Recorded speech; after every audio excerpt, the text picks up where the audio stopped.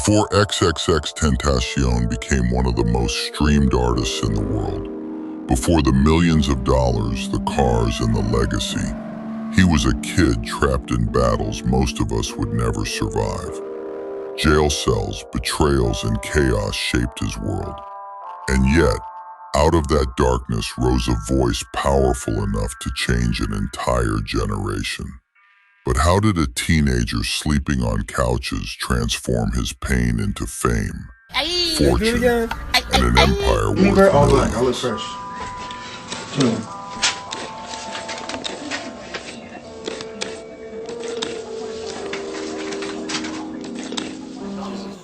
Look at me, bro. You're not stupid, bro. Just treat me good, Coco. You too, bro. Stop running from me. I'm not gonna hurt you. And you, cat. Just show you love him, bro. If it means coming to the crib, coming to the room, coming and sleeping on the bed, do the here. I'm gonna keep it real with you. I ain't like X at first, cause like I was in the street. I'm like, man, who the fuck is weird ass? Not knowing, I'm like, hey, I am weird too. I took the time, actually listen to him. I recognized, I'm like, damn, bro, actually talented. Then I heard that rolling piece. I was like, hell yeah, I feel bro, fuck that. Get in, get in. Oh, look at this. This is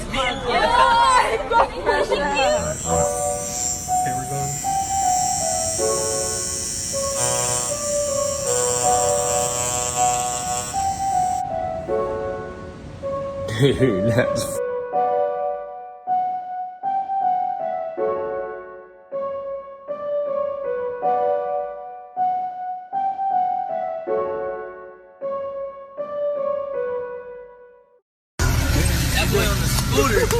Hey, hold up. Hey, slide. bro. You know what it is. Bro. Your auntie broke. Your grandma broke. Your brother broke. You broke.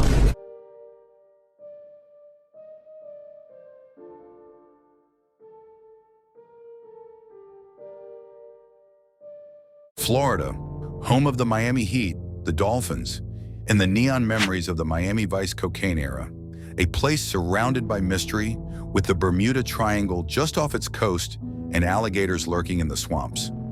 Out of this chaotic energy, one of the most controversial and influential artists of a generation was born. Xxxtentacion, better known as Xxxtentacion. On January 23, 1998, Jose Dwayne Ricardo Onfroy is born at Plantation General Hospital, Plantation, Florida, to Dwayne and Cleopatra Bernard. Jose is healthy, but doctors notice a heart defect, a small hole in his heart. Jose is warned to be careful playing rough outside. Jose alternates time between his mother and father, until finally settling with his father at 817 36th Street, West Palm Beach, around March or April. Rallied in a Jamaican-influenced household, Jose is immersed in traditions emphasizing respect and earning your place. Jose was taken in by his father and his father's girlfriend, who is Ariana's mother. Ariana, who is Jose's half-sister, would both live together under one roof.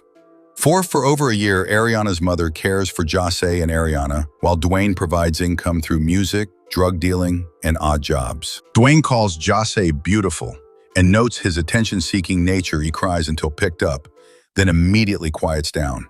In 1998, Dwayne has an affair, fathering a third child with another woman. This child would later on be known as X's brother, Corey Pack. Tash, now overwhelmed, contacts Cleopatra to take Jose. The exchange occurs at a gas station, marking a turbulent new chapter. Early 2000s, Jose is mostly raised by his mother, Cleopatra, in Pompano Beach, though he maintains a bond with his father and Ariana through weekend visits. A single mother working as a stripper to make ends meet struggles to provide constant attention to energetic Jose. She relies on babysitters or his grandmother Colette Jones' house. And sometimes Cleopatra's brother Jose's uncle used to watch Jose sometimes stay for days at a time. Home is unstable, men come and go, money is tight, and Cleopatra is stretched thin. She doesn't pay much attention to Jose. Jose loves and respects his mother, recognizing she does her best to provide food, clothes, and shelter. In 2004, Jose begins showing early signs of aggression. His uncle, who suffers from depression and violent outbursts, sometimes takes his anger out on Jose.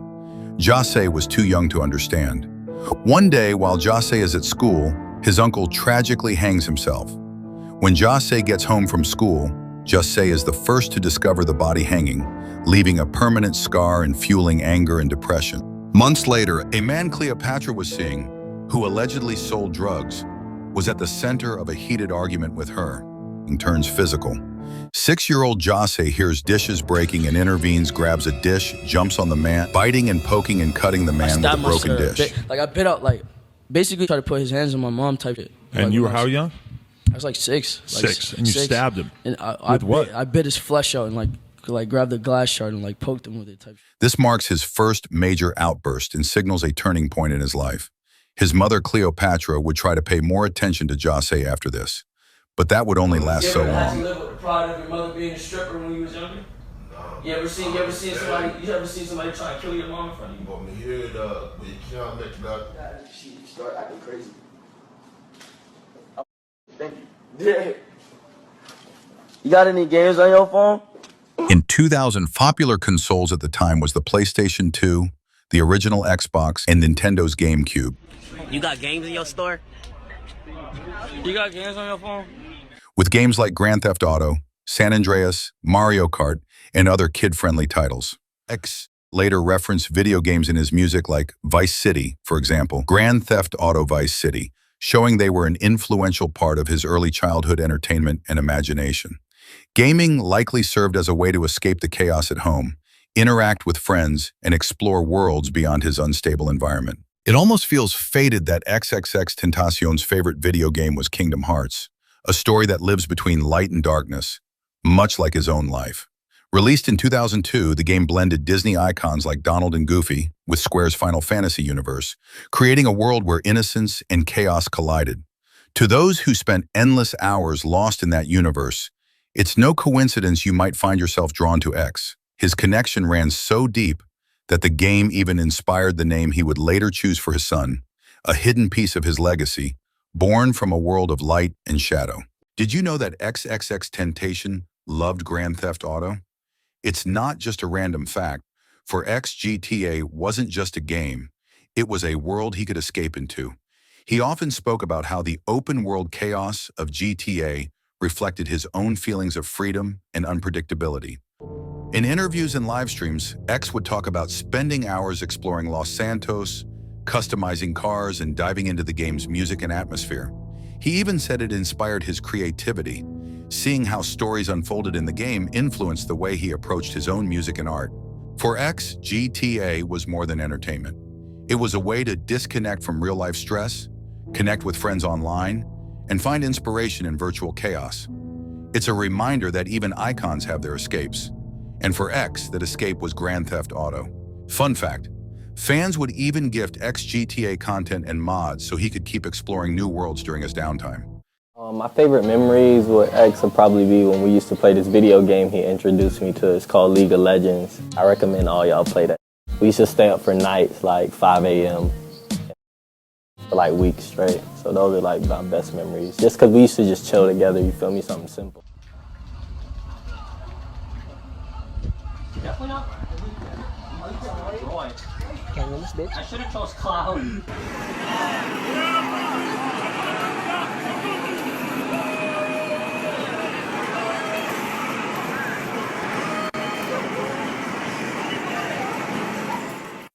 Music enters Jose's life through church choirs and artists like Tupac, Lil Wayne, and Kurt Cobain, shaping his early influences. Not long after, Cleo became pregnant again, giving birth to Jose's half-brother, Aiden Kerr. The following years of elementary into middle school passed under the watch of his aunt, who babysat whenever his mother was away. On weekends, Jose would see his father. They'd grab food, catch a movie, spend time together. For a while, his dad was a steady presence, but that consistency wouldn't last, and this was the point where things began to change. 2008. Jose's dad had met a man who wanted to buy marijuana in bulk. It was later revealed that the man was an undercover DEA agent. They agreed to sell 800 pounds of marijuana, with Dwayne making the connection. Along with a few others, a full surveillance team had an investigation and seized over 500 pounds of marijuana. His father was pretty active in his life until this point, but he ran into trouble with the law.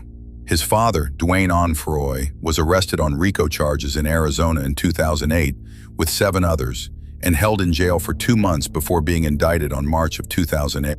The trial would last until 2009.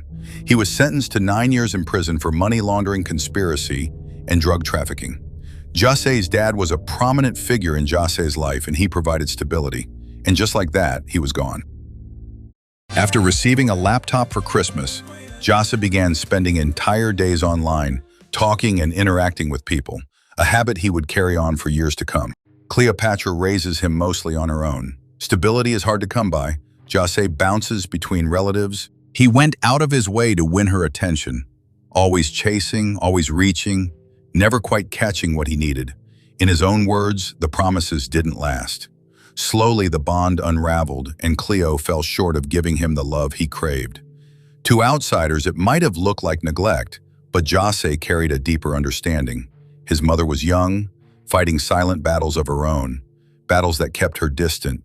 He knew it wasn't her fault. Yet that absence would leave a shadow on him. He attended Margate Middle School for only a short period before being expelled due to repeated physical altercations with other students. I was making fun of a girl and her boyfriend, like with me at school, and I was like, cause she slapped me or something, like I slapped her and kneed her, and and I remember from after that, like my mom realized how serious I took her, like her word was my bond. Right. Ja had been fighting since he was a kid, and it eventually caught up with him. The constant altercations led to suspensions, and soon after, he was kicked out. By 6th grade, he had already stopped caring about report cards or school altogether. The year before, he was pulling straight A's. This year, he completely failed. His mom pushed him to excel academically, to go on and achieve great things, but Jasé never believed school was the path. He knew being himself mattered more than being a well-behaved student, even if his mom couldn't understand that. Around 2010, Jasé began to change, quietly but drastically. His style shifted, his clothes reflected something darker, something closer to what he felt inside. It was the start of a transformation, from the clean-cut pretty boy into a figure far more unique, a persona that truly represented him, and one that few could see coming. After being held back and eventually expelled from Margate, Jasé transferred to Lauder Lakes Middle School for 7th grade. Something in him began to change there. His style, his taste, his entire aura. Odd Future became one of his early inspirations, fueling a shift toward the unorthodox. Around campus, he was never alone. There were always a few friends or girls drawn to his energy. But beneath the charm was a warning. Jasé was friendly until you gave him a reason not to be. The only subject that ever truly caught Jasé's interest was history. Everything else about school only seemed to drag him deeper into conflict. But there was something about fighting that pulled him in, a thrill he couldn't shake. He didn't just fight for himself, he fought for those who couldn't fight for themselves.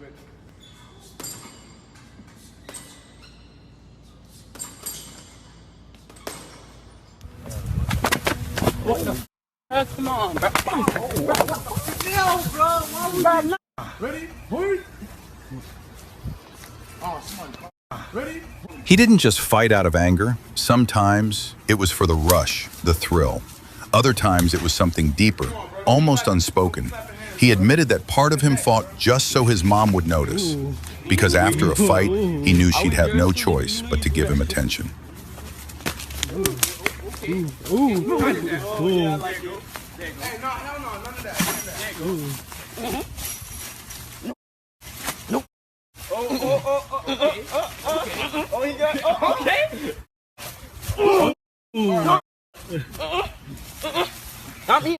Not me. Wrestling. I'm good at. Somebody bleeding? Nobody bleeding? I thought you said stop. As the years passed, the weight of it all became too much for his mother. Sometimes she'd send Jasé to live with his aunt or family friends for long stretches, almost as if she hoped distance might bring stability. But his aunt saw something else in him, an energy, a spark. When she noticed his growing fascination with music, she urged him toward the church choir, as if sensing that sound might be the only place he could truly be contained. No one can create your purpose for you. No one can At one recital, the tension finally snapped. Xxxtentacion turned on a fellow band member who he claimed had been provoking him, this time even using drumsticks as weapons.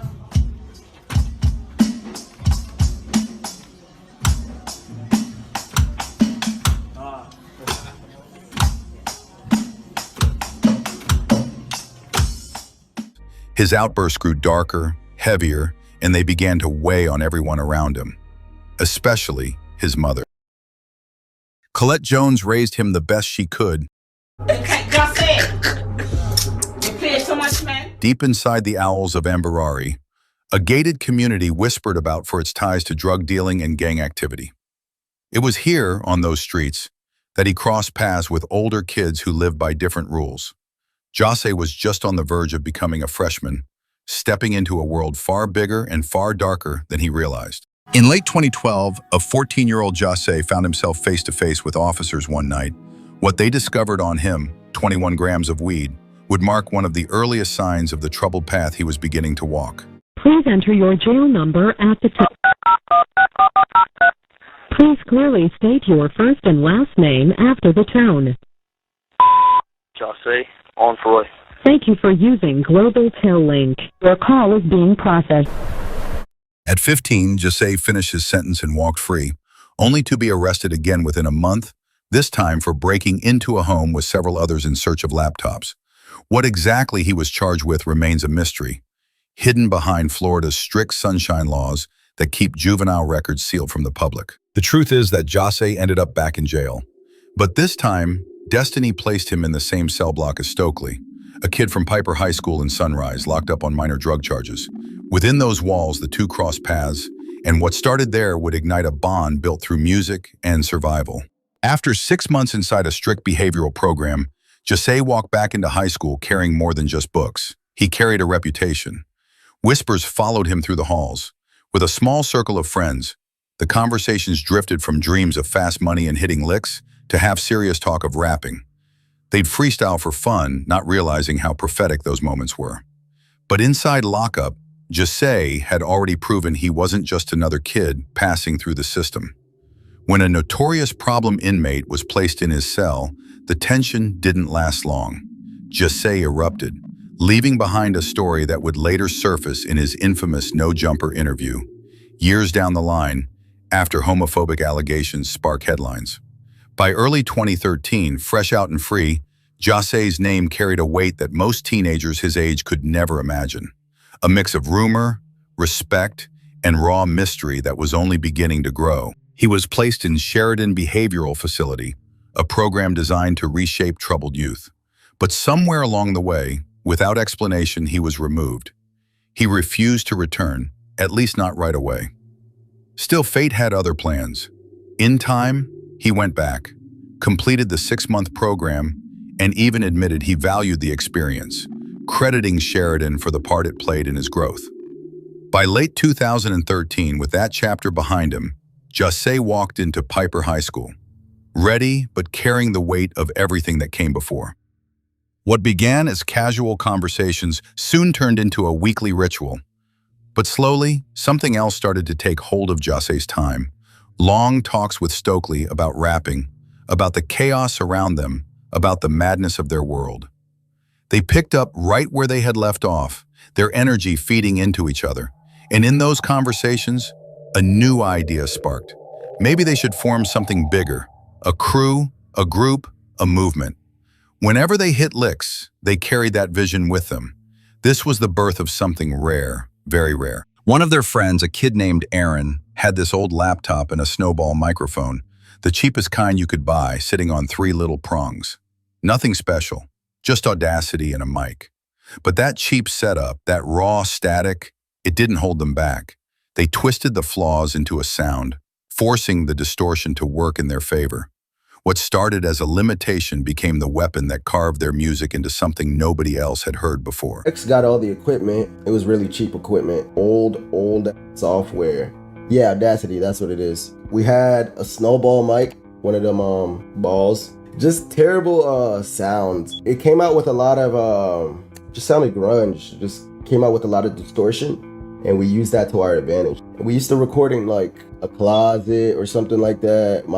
We used to record at my mom's house. My mom used to be pissed because the ex was yelling at the top of his lungs in my mom's crib. I used to share a room too back in the day with my brother and sister, and my mom was just pissed. Ex used to be yelling at the top of his lungs in the They started rapping because they couldn't stop themselves. It was fun, it was electric, and, secretly, it was their escape from trouble. They wanted to create something together, a soundtrack to their lives. So each of them scribbled down potential stage names, imagining the personas they might one day become. Xxxtentacion was the last to choose, staring at his list, circling a handful of options, indecision tugging at him. Late at night, he sent a message to an old friend, tossing out the names that felt right, hoping for guidance. Moments later, the reply came through, a single tweet that would tip the scales and help him decide. Are you serious? They're unique. But do you really think it would work as a stage name? Xxxtentacion didn't hesitate. I don't give a what anyone thinks, he said. It's what I want. Stokely had already chosen Ski Mask, the slump god, carving his own path. Xxxtentacion toyed briefly with Master Splinter, but it never felt right. Soon he would settle on something far darker, far more enigmatic, Xxxtentacion. The X was the only numeral he didn't yet understand, a symbol of the unknown, and Tentacion, temptation. Together they became more than a name. They became unknown temptation, a shadowy promise of chaos, curiosity, and inevitability. Even though trouble seemed to follow them after school, they began to glimpse a different path, music. The group started crafting their first songs, recording whenever and wherever they could, chasing a dream that felt just out of reach. One of their first songs as a group was Palm Trees.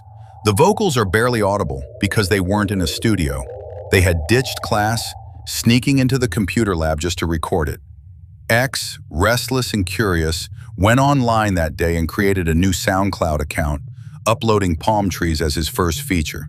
But the story doesn't end there. His very first solo track, Newsflock, had long been forgotten until it mysteriously resurfaced online, reintroducing the world to the raw beginnings of X just after Palm Trees. X began diving deeper into music, treating it with a seriousness that felt almost urgent. He taught himself to navigate production software like Audacity and FL Studio, piecing together tracks bit by bit. If you know how to work FL Studio, hit me up right now. If you're a very good audio engineer, as far as vocally, hit me up because I know how to audio. I want to do audio engineering on on Logic, because basically I'm gonna do the audio engineering as far as like vocals on Logic, and then I'm gonna do the beat making on FL. So that's fire. With the help of his friend Mitch Feck, who meticulously transferred his early songs from SoundCloud, X's creations were organized into an EP released on DatPiff as Ice Hotel.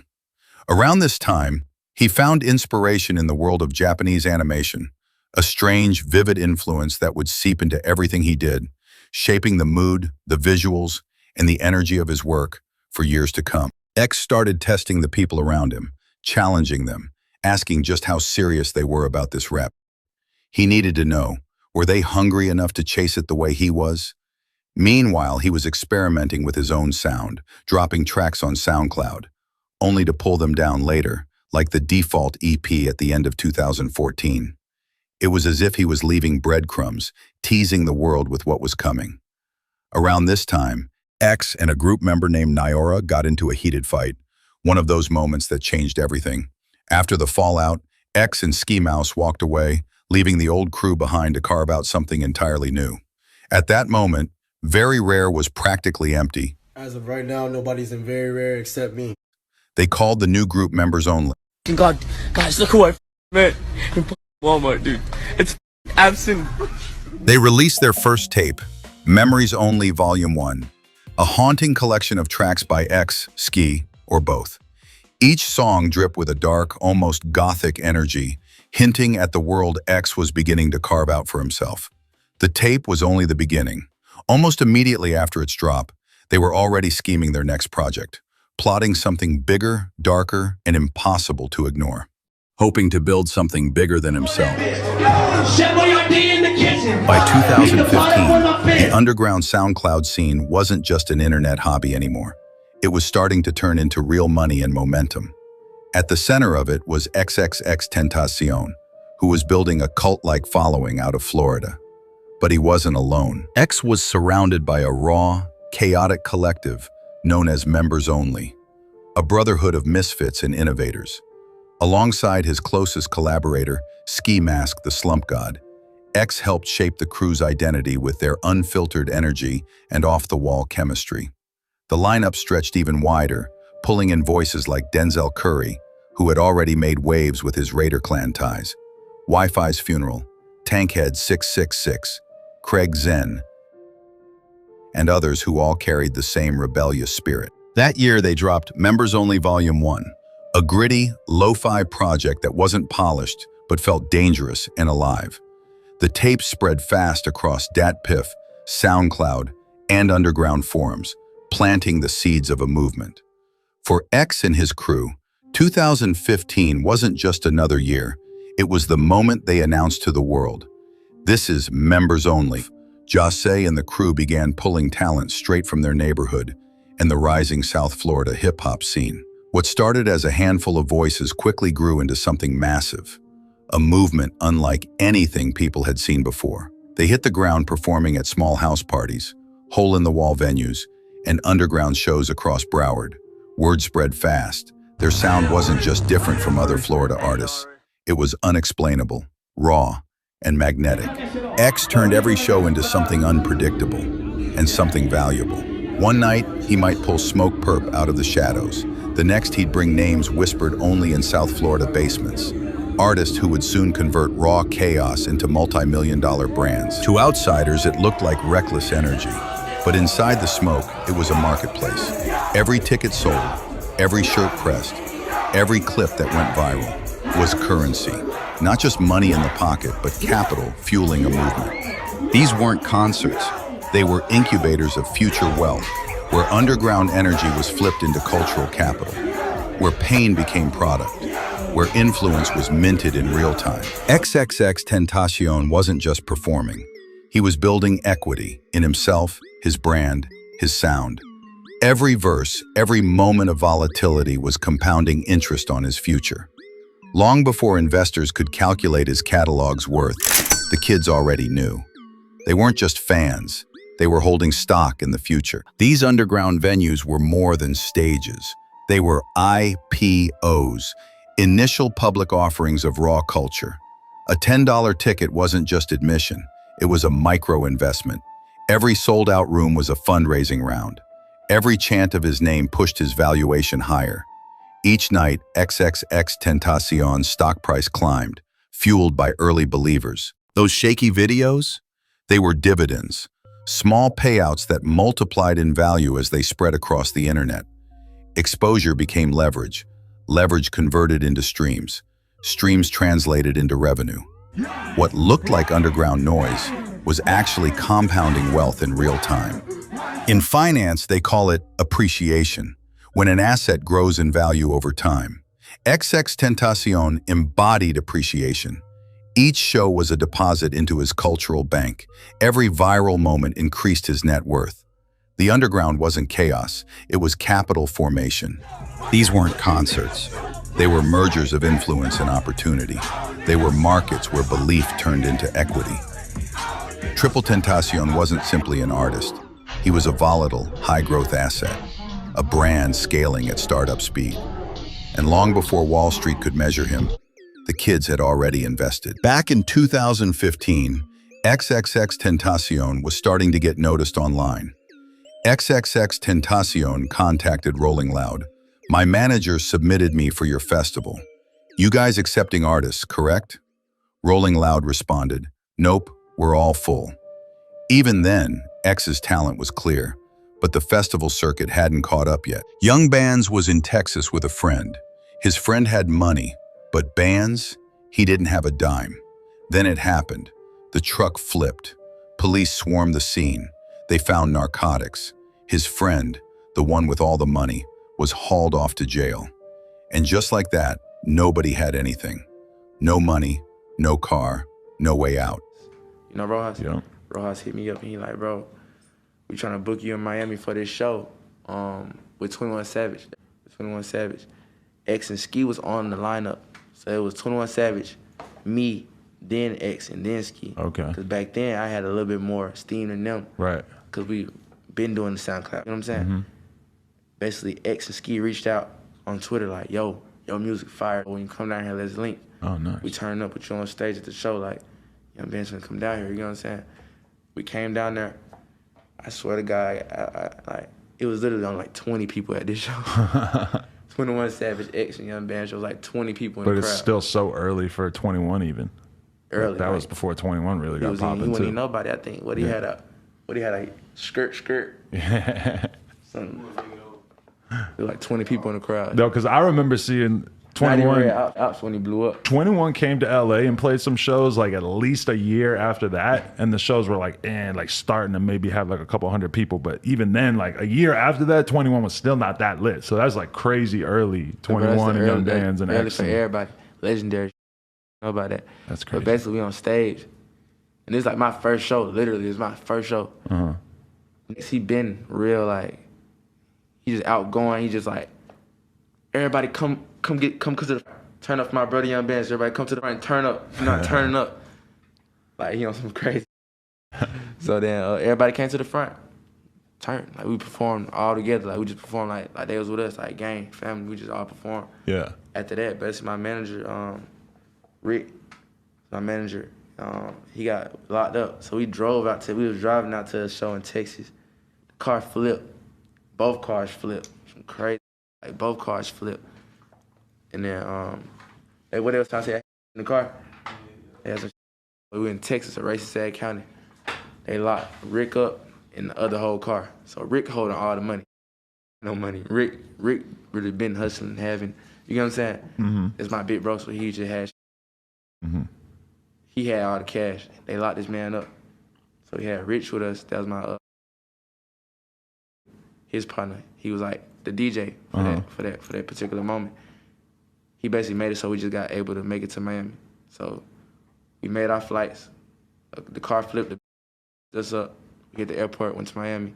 After the show, X and Ski just showed so much love, bro. Like, really? So much love. Like, we didn't know we was finna go. Rojas like, bro, like Bands and them, like, you know what I'm saying?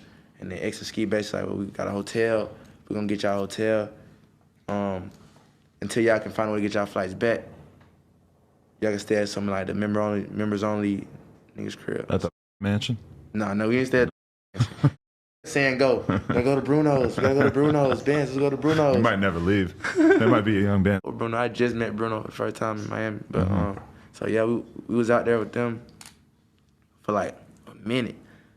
We was out there for like, I think we was out there a week, stranded for like a week in Miami. Me, Trap Trill, and this other. We got in the studio one of them days and we made it. My room, as big as like, see where that corner at? To that light, to this wall, to this wall. Bro, mic like this in the closet. So like this the closet, you gonna cut it in half. 10 X pull the beat up. He already got a rope, he just going crazy, you know what I'm saying? He like, Bands, I want you to get on this. Ski, get on this. So, you know, Ski make his verse. X late. I come in, I had second verse, didn't I? Yeah, I had second verse. Right. I go in the closet. You know, I freestyle, like, it was just crazy. We got rolling loud, showing love.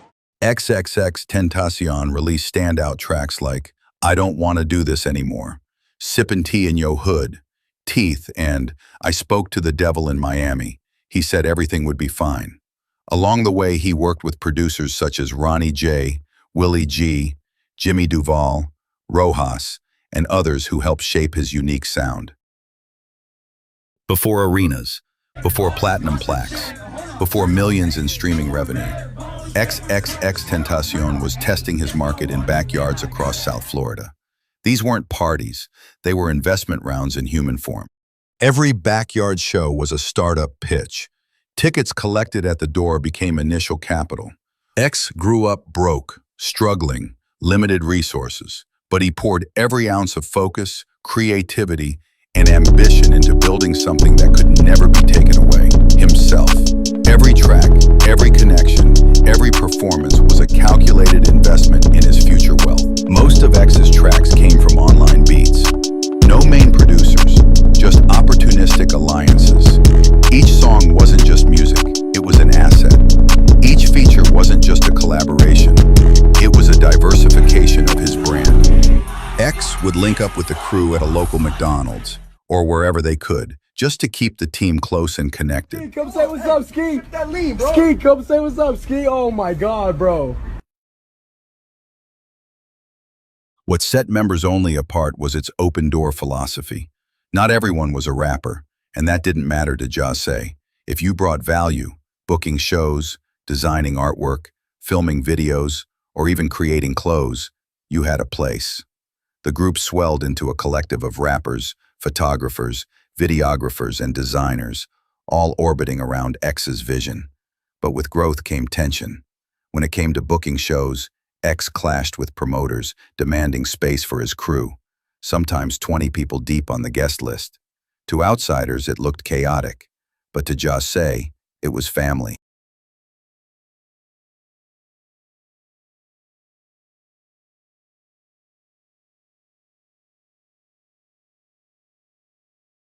Jahseh wasn't just making music, he wanted everyone around him to eat.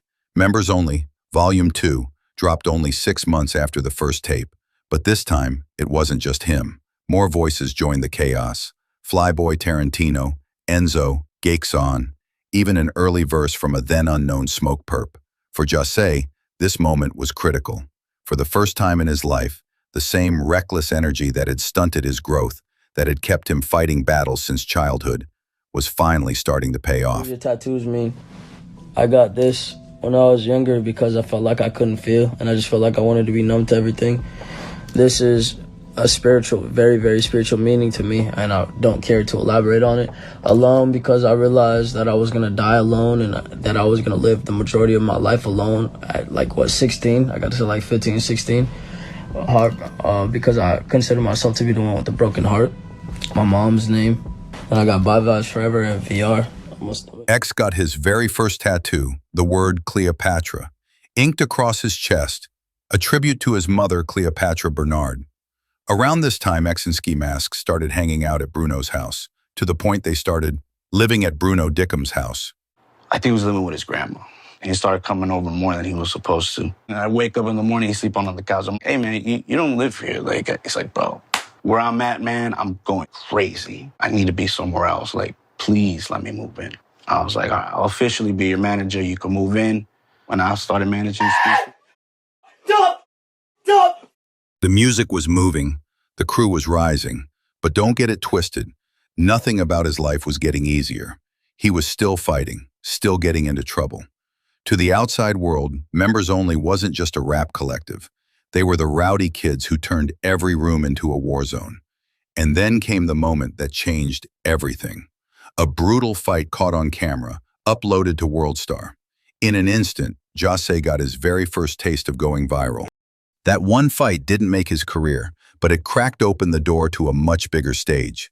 From there, Xxxtentacion had the platform he needed to turn underground noise into mainstream impact. This behavior, along with other clashes, eventually got Jahseh expelled from Piper High. At the time, his SoundCloud numbers were modest, but on Twitter he had already built a following of a few thousand, mostly drawn in by the raw, chaotic fight videos that circulated with his name attached. Rather than waste the attention, he tried to reach out to nearly every single follower, building connections one by one, networking in a way most artists never thought to. Every day, X treated social media like a puzzle, testing its limits, figuring out how to bend it in his favor. One of his earliest experiments was deceptively simple. He began deleting songs from SoundCloud. That sense of scarcity, songs disappearing overnight, ignited something. Almost instantly, fans were scrambling, searching, desperate to track down these lost records. It was the first glimpse of how X could manipulate the digital world to make people move. X once hinted at a prophecy of his own legacy.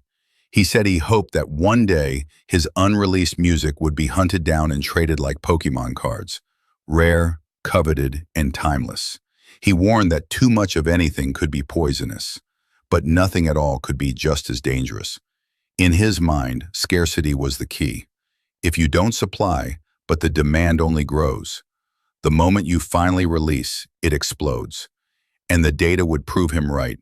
Google Trends showed the world was watching, waiting, and ready to skyrocket anything he touched. The summer of 2015 marked a turning point. His name wasn't just whispered anymore. It was spreading, fast. Every drop online pulled in thousands of plays without fail, a guarantee few underground artists could claim. With X leading the charge, the group started earning money from shows. Not much, but enough to prove something real was happening. Florida locals described their energy as infectious, unstoppable, and soon across the state, other young rappers weren't just listening, they were imitating. By late 2015, it was clear. Something was shifting, and X was at the center of it. At Absent Will's house, fate quietly set the stage. X sat with a young producer named Rojas, scrolling through beats, one after another. Each time X shook his head, nothing spoke to him. He was searching for something darker, something different. Then came the last beat, a track co-produced by Rojas and Jimmy Duvall. It wasn't even meant for X. It was originally crafted for an artist named Xxxtentacion P, but Xxxtentacion was behind bars. The beat was left in limbo, waiting for the right voice to claim it. And in that moment, destiny found X. X stepped into the booth, nothing more than a cramped closet. 15 minutes later, he walked out with a track that would ignite an entire generation. He called it, Look at Me.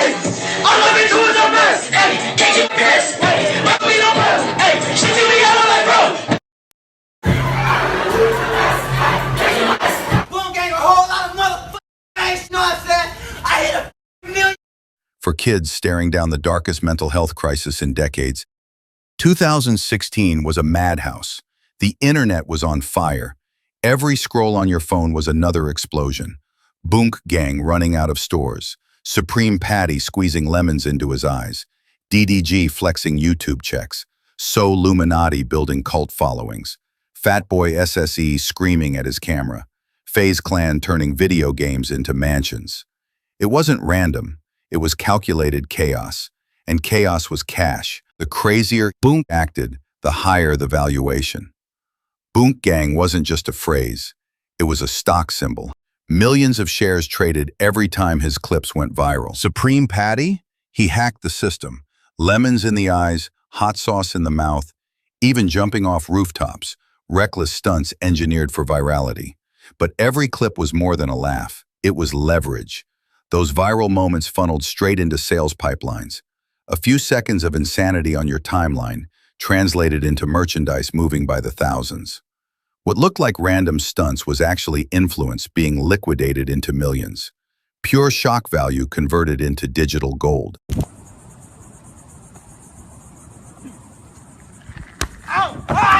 Fatboy SSE, pure personality, pure demand. Every shout, every skit was an ATM. Millions of impressions translated into sponsorships, partnerships, cash flow. His voice wasn't just noise, it was monetized influence. 2016 wasn't just entertainment. It was the birth of the viral economy. Boonk, Patty, DDG, So Luminati, FaZe, Fatboy. They proved attention was the most valuable asset of all. In a world where seconds of chaos could turn into millions, the internet wasn't just culture, it was capital. And the viral era minted wealth in real time. The 2016 SoundCloud era wasn't just music. It was a marketplace, a digital Wall Street for the broken and the unheard. Every upload was an investment, every repost a dividend. For kids battling depression, anxiety, and chaos at home, SoundCloud wasn't just therapy. It was an asset class, a chance to turn pain into profit and trauma into cultural capital. 2016 was the year the industry shifted. Reckless behavior became opportunity, and SoundCloud turned into the stock market for the youth. It was the attitude era of hip-hop, where kids ran outside to show off new face tattoos like badges of honor, recorded tracks from their bedrooms, and somehow ended up discovered by hidden marketing agencies. Overnight, they were locking in brand deals, million-dollar contracts, and partnerships that never should have been possible at that age. Venues couldn't keep up with the demand. Kids were hopping fences just to crash Rolling Loud, sneaking into Coachella, and underground shows were popping up like secret meetings, packed wall-to-wall with teenagers who knew something historic was happening. You already had stars making noise, but then came this new wave of SoundCloud kids. Upload the right track at the right moment, and by sunrise, you could go from anonymous to viral, your name echoing across the internet like a stock ticker climbing out of nowhere. 2016 was a strange, almost surreal year in hip-hop. On one hand, it felt like the culture was having fun again. SoundCloud was exploding, underground kids were turning into millionaires overnight, and Gucci Mane was finally released from prison, becoming a symbol of rebirth for trap music. But beneath the celebration, a darker current was running through the scene. SoundCloud became the new streets. Artists like Xxxtentacion, Lil Peep, and Suicide Boys weren't polished, radio-ready rappers. Their music sounded distorted, painful, and real. They weren't selling luxury lifestyles. They were selling raw emotion. That authenticity connected, but it also carried shadows. Behind every viral hit was a story of depression, drug use, or violence. Gucci's release was a turning point too. His return marked trap becoming mainstream currency, and it proved that chaos, crime, and survival stories sold as much as polished pop rap. While Gucci was rebuilding himself, the new underground stars were getting pulled deeper into self-destruction, with labels dangling multi-million-dollar deals in front of kids who barely had a place to live. 2016 looked like opportunity, and it was, but it also birthed an era where fast money came with fast consequences.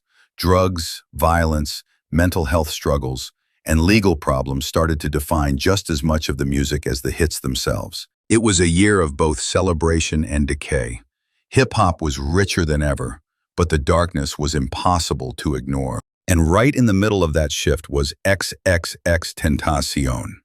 Still on the come-up, still fighting for recognition, but building a presence so magnetic that even in the chaos you knew, this wasn't just another SoundCloud rapper. This was the one destined to turn the underground into an empire. His voice cut through the noise. He was raw, unfiltered, and willing to say what no one else would. Just like back in school, when he stood up for kids who couldn't defend themselves, X now carried that fight into his music. He wanted to be the voice of the broken, the overlooked, the lost. And when Look at Me dropped, everything shifted. The world wasn't ready for what came next. This was only the beginning. And then, almost out of nowhere, everything exploded. Rojas uploads Look at Me to SoundCloud, and by January 2016, the track officially drops for digital release. What started as just another upload was quickly becoming X's breakout hit. The numbers climbed. Millions of plays on SoundCloud and YouTube, fans multiplying across social media, his name spreading like wildfire. But while the internet crowned him overnight, behind the scenes a darker story was unfolding. Police were quietly building a case against him, charges of robbery and assault from the year before. Just as his career began to ignite, a storm was already forming that threatened to take it all away. With his name echoing through the underground and a cult-like following growing by the day, fans began demanding that Xxxtentacion appear on the rising No Jumper podcast, hosted by Adam22. At the time, the platform was still small, raw, underground, but it was quickly becoming the place where unpolished voices turned into legends. X's appearance would become a defining moment in his career, a viral spark that pushed him into the spotlight. But hidden within that interview were words, statements, and confessions that, while electrifying in the moment, would later resurface, igniting controversy and shaping the narrative around him forever. Around this time, Xxxtentacion began seeing a girl named Geneva. The connection was intense, so much so that within weeks they were already living together. On the surface, it seemed perfect, almost like an escape from the chaos around him. But behind that closeness was a storm brewing. Xxxtentacion later admitted this was one of the darkest periods of his life, a time when insecurity and isolation consumed him. He described Geneva as both his comfort and his curse. Their relationship would spiral into something volatile. But in those early months, she was his anchor. The one person he says stood by him while he felt himself slipping into madness. I lived with my ex for almost a year, he confessed. I was literally going insane, and she was my safe haven. I'd go to her. She was what I wanted, what I needed. She was everything. But that fragile love story shattered quickly. Not long after, Jose found himself booked in 2015 on robbery and assault charges. Broward Regional Detention Center became his world. Step out. Fuck yes. Step out. No, he's fine. You, come here. Come here. Come here. X. X. Everybody X. X.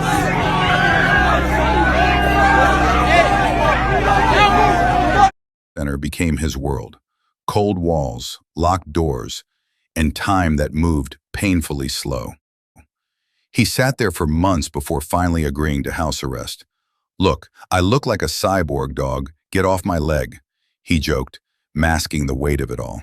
But freedom didn't bring peace. They thought I wasn't gonna get out. Hey, I'm not even gonna lie. Even I wanted y'all to keep me in jail too. Cause y'all done up when they let me out. They did. The music is gonna take a full 360, bro. Like a full 360 spin. they thought when they let me out. And I looked at him, I was like, "My name X," and then I shook his hand, and then to me, "I'll call you what I want to call you." So I looked to the left, looked to the right. I'm like, what? So I let him walk away, but then I'm in my bunk like, damn, I gotta slap this. The moment he stepped out, things with Geneva unraveled even further. The breaking point came when she admitted she'd been with another man. While he was away, the events that unfolded would later fuel serious allegations of domestic violence. By October, he found himself arrested once again, facing the charges head-on and pleading not guilty. Yet despite his plea, a violation of his house arrest meant he would remain behind bars for over 6 months. No, relax, man. With no regard or anything, you just started tapping them. What the fuck? That's all I got right now, man. All I got is that, During that time, a perfect storm of controversy brewed. The allegations against him, combined with the ignition of a highly publicized feud with Run off with it.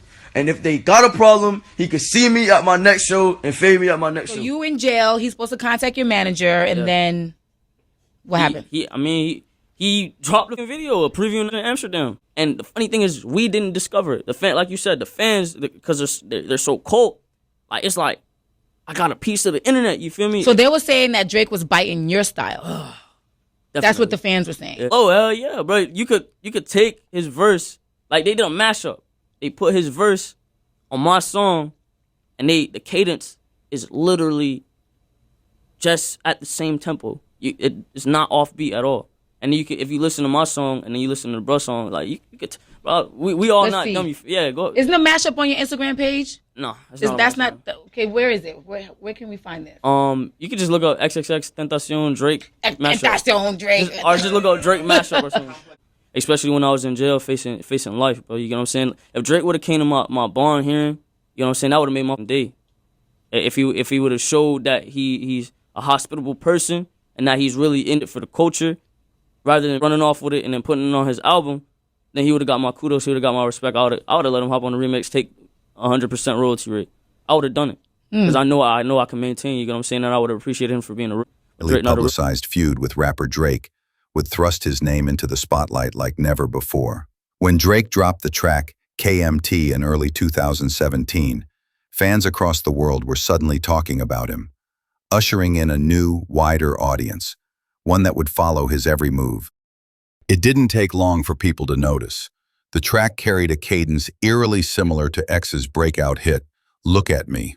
Word spread online like wildfire, drawing curious listeners to X's catalog, and soon, Look at Me was climbing the Billboard charts. But Jose wouldn't hear any of this firsthand. He was behind bars. I know it wasn't about redemption, bro. Love you, bro. By the time he pleaded no contest and walked free, the world had already started talking. Wasting no time, he stepped into the spotlight, giving interviews, stoking the flames of his beef with Drake, and with every eye on him, he dove headfirst into crafting his debut mixtape, Revenge. Rob Stone, the San Diego rapper behind the platinum hit Chill Bill, was on tour with Designer during the Outlet tour. At first, it was business as usual, but behind the scenes, tension was versus. During Rob's set, Ski Mask started interacting with fans, shaking hands, drawing energy. To the crowd, it was love. To Rob, it was disrespect. Then came San Diego, Rob's city, his home turf. But the night didn't go as planned. Reports say Ski Mask delayed the show nearly 30 minutes, cutting deep into Rob's set, in front of his own people. Rob felt humiliated. The result? Chaos. Rob's crew chased Ski out of the venue, beat him down, left him in nothing but his underwear, barefoot on the streets of San Diego. The fallout was instant. Rolling Loud banned Rob Stone, replacing him with Ski Mask himself. But that wasn't the end. It was only the beginning. Soon after, Xxxtentacion, Ski's closest ally, came to San Diego, and he was ambushed, jumped in the chaos of a show. But revenge moves fast. The man who attacked X, he was stabbed multiple times, rushed to the hospital, fighting for his life. What started as a petty clash over stage time turned into blood, betrayal, and violence, a moment etched into the dangerous history of rap's new generation. Because in this game, respect isn't given, it's taken. If you think we finna cancel our ass ever punching me, what the fuck going on? We lit tonight. Stop hanging. Listen, I'm still in Cali. I want all the smoke. Come to my show. I mean, your mate. I want all the pressure. Come knock me out. Again, let's have a repeat. All right? For anybody asking me how I feel, though, I feel straight. In the end of the day, this is a life I live. About me lacking, and it was about time. I was, what, 5-0? Back out. Anybody talking about it was a boy artist. Just so you know, it was some games from San Diego, some affiliates that snuck in through the side, paid security off so they could come in, snuff me out, and thought they was gonna jump me, but we was too deep. So, you guys are enraged by some of the new fans. I don't mean to be offensive at all when I say this. If you're not a very, very updated listener as to what I'm dropping, or don't know my lyrics, or don't study my music, please don't come to the shows, because then it makes it very inconvenient. Of course, I appreciate the support, but if you're gonna come to my shows, know my shit. If you're gonna message me and call yourself a fan, know my shit. I mean, that's my only complaint right now. And then obviously, the whole fan base always if you see someone being an asshole or being unreasonable, I just need you guys to kind of defend me and make sure you got my back. And mainly, that's really all I ask. I'll just keep working hard. X defended Ski fiercely, calling out attackers, threatening in public rants, and doubling down on loyalty. But the spotlight followed X. When X got knocked out on stage on the Revenge tour, June 7th, 2017, allegedly by people connected to Rob Stone, Ski didn't double down publicly the way fans expected. He began to pull back. X went public about betrayal, saying people he trusted had shown they couldn't be trusted. He begged fans to tell Ski to be his friend again. If you want me to make music, tell Ski Mask to be my friend again. Tell Ski Mask to be my friend again, and I will make music. Tell him to be my friend again. And even said he wouldn't release music until they reconciled. Ski, burned by living in X's shadow and wanting to be his own man, publicly pushed back. He wanted credit for himself, not as the little brother standing next to a star. This wasn't simple jealousy. From Ski's perspective, his whole career risked being reduced to the guy who rides with X.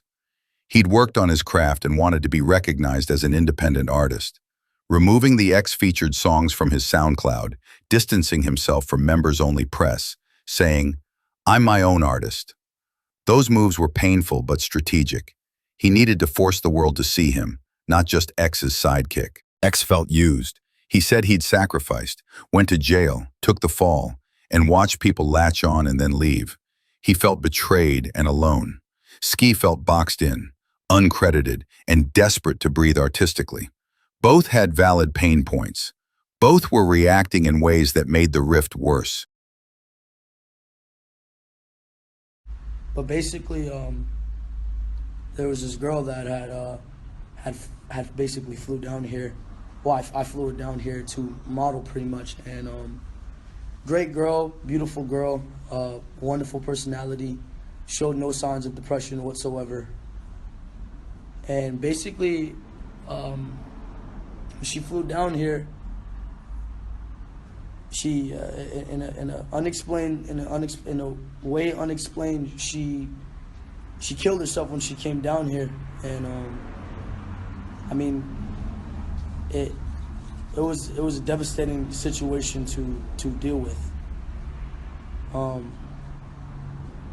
I basically got on here today to kind of address her and her family, because I haven't been able to obviously contact her family personally. I'm basically on here to pay my condolences. I mean, She is the name behind one of the most streamed songs on the planet. But ask yourself, who really was Jocelyn Flores? The story begins when X flew Jocelyn and her friend Zoe to Florida. She was only 16. He was 19. With her mother's permission, it seemed innocent enough. They spent just one day together. The next day, they were supposed to model for his clothing brand, Revenge. That night, X went to his very first prom. I went to prom. Never thought I was gonna go to prom. Since I went to jail, you did. I went to jail instead, but hey, I got the opportunity. Thank you. You were blessing me. You're cute. You're cute. Got my bad side. You took pictures of my bad side. Oh, that's your good side right there? Yeah. Video? Yeah. Yes. Right here? Y'all can go out here. There you go, Johnson. All right, now this is okay. Change it up. Change it up. What you got? But when he returned home, everything changed. $7,000 gone. A confrontation followed. No violence, just tension. But the decision was final. The girls could no longer stay with him. X offered to fly them back. Jocelyn refused. Why? We may never know. Instead, she and Zoe checked into a Hampton Inn. One of X's friends watched over them, at least for a while. When he stepped out for dinner, the two girls were left alone. Hours later, he returned. The bathroom door was locked. He didn't check right away, and when he finally did, it was too late. Inside that hotel bathroom, Jocelyn Flores had taken her own life. X was shattered. He admitted later, "I never thought I'd feel something for someone I barely knew that would mess me up so badly. Just because I came from it." Out of that pain came one of his most haunting songs, a track that would turn grief into legacy and immortalize her name forever. Calm down. It was a prop from my music video. It was a piece of the music video. Everybody needs to chill. I catch on. There's a lot of people that caught on, but I was in the middle of shooting it, so I couldn't explain myself, and I couldn't end the rumor. Everybody needs to chill to make assumptions. Relax. Nobody around in my camp claimed I was dead. Nobody said I was dead. The caption was not XXX is dead.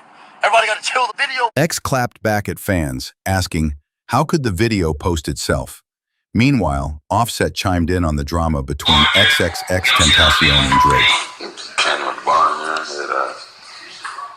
If he would have came to his barn, man, that'd have been cool. What? You just silly, you know what I'm saying? I don't lie. Y'all, how you ain't heard of it? Throw they swag. You ain't even heard you, Sean. All that leather beat on your chest, man. Hey, man, you ain't hearing that. I know it, man. Get your ass out of jail and rash. Tripping. Come out for big niggas to take your head off. Trip. She knows like that. That's what we do this for. I mean, stats. Hey man, to me the Offset, get off of me. Yo, man, always on, man, shut your, man. 35, still trying to catch the wave. Career over, man. Straight line. Quavo the best rapper in Migos. The rest of it irrelevant. Hey, matter of fact, no, take off straight. Take off straight. Offset, you know how they do. I done told my, I'm gonna be quiet, I'm gonna shut up. Me, I had to be quiet because I'm gonna be on that, you feel me? But that shit got me hot. All set. Pantsy ass, ballerina ass, slippery. I don't shoot, but I box. Despite the beefs, X gave his supporters something deeper, a message of hope.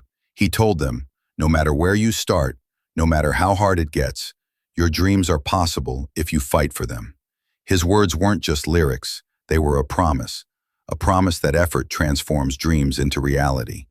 X didn't just speak hope, he lived it, inspiring millions to believe in themselves. That boy X, dog. Alright, that boy X. What's up, man? Nice to meet you, dog. Nice to meet you. He's from Lauderhill. Hey, that boy. Alright, yo, I got a few things for you. What's going on? Are you YouTuber? Huh? Yeah. Oh, okay. I have a sneaker channel, alright? Yeah? So, what size you? Medium. You're medium? Alright, this one won't fit you. This is my sneaker channel. My shirt, medium, is for you. Yeah. And then my boy has a brand. I mean, I was just giving away this shirt, but I was like, whatever, might as well give it to you. You know what I'm saying? Bro, give him this one. Hold it, Appreciate you. And this is my boy's brand right here. He actually has a brand. It's called Ryder.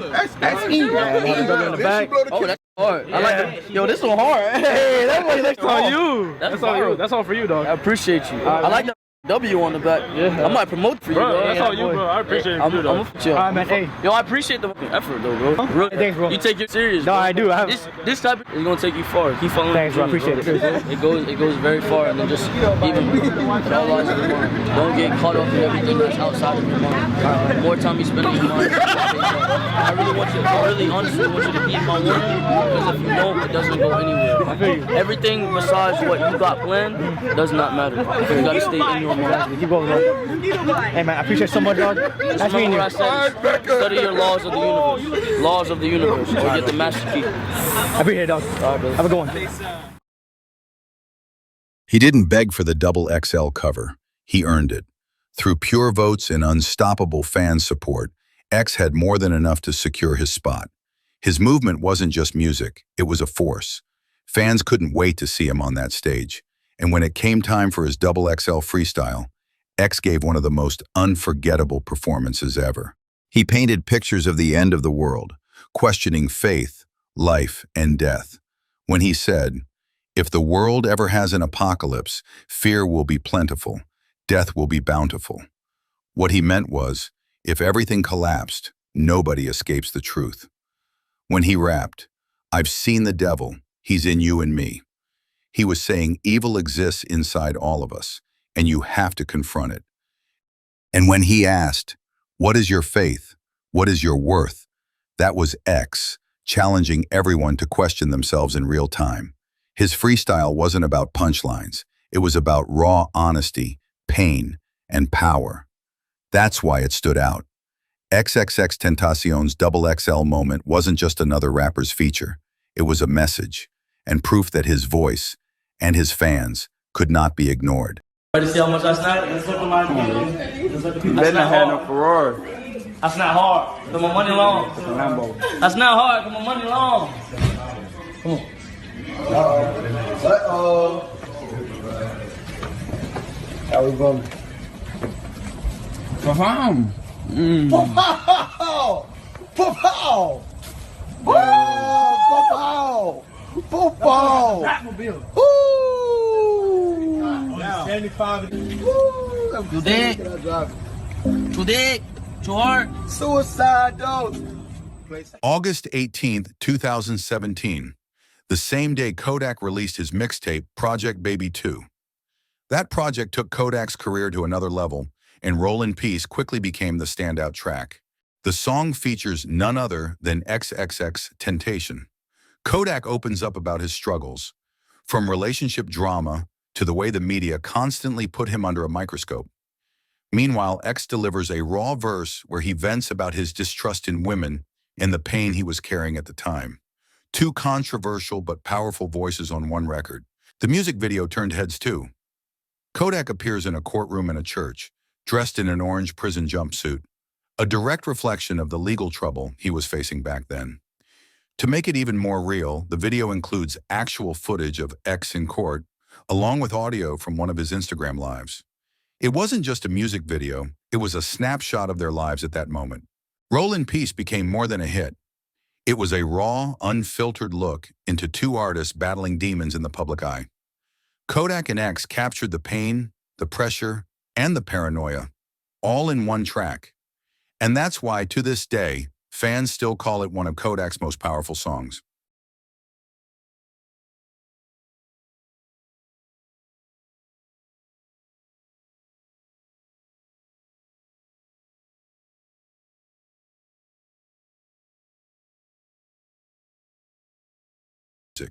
Behind the scenes, X was constantly dropping gems on Kodak, trying to guide him through the dark side of fame.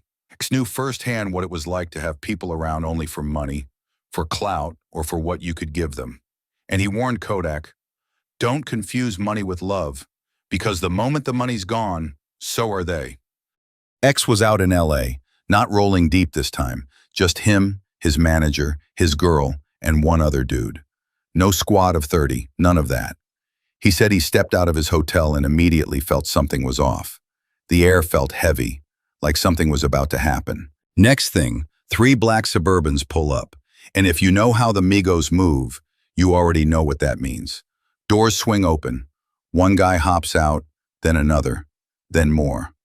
At least 5 people stepping out, and X already knew this could go left quick. Now, he's not the type to run. He said straight up, I don't run from nobody. And honestly, he wasn't even on beef time. He let it slide at the BET Awards in Miami when he had numbers on his side, because he was trying to keep things peaceful. But this time, the Migos crew pressed him. It started with something small. One of X's people asked about some sneakers somebody had on. The guy looked back and realized, wait, you with X? That's all it took. The tension snapped. One of them swung first, cracked X's homie right in the jaw. Then they rushed X. He said they grabbed his arms and legs so he couldn't fight back properly, while others started throwing punches. He kept it real, though, didn't try to flex like he handled everyone. He admitted, yeah, I got jumped. But even while getting rushed, he locked in on one dude, landed some shots, even bit him when the guy tried to pull his dreads. He said the dude was leaking bad, blood everywhere. That's the blood you saw in X's hair, not his blood, the other guy's. He also claimed he caught a stab wound in the scuffle. But for him, the small win was that even though they jumped him, he got one of theirs good enough to leave a mark. Now about Takeoff. Quavo and Offset, they stayed in the car, didn't put hands on X. The real muscle were these big dudes, like NFL lineman-sized security. They were the ones doing the heavy damage. But later, Takeoff had to pass by the scene, and X's people tried to rush. His security stepped in, blocked it off. They didn't get to Takeoff, but X said he managed to sneak one hit on the security guard, caught him in the back of the head. That's where the video came from. It looked like Takeoff was jogging away, but really it was him moving quick with security pulling him back. So yeah, that's how it all went down. No one-on-ones, no fair fight, just a straight-up jump. And that's the sad reality. Millionaire rappers ain't squaring up head-to-head anymore. They roll deep, and when they move as a unit. Fans don't care about the details.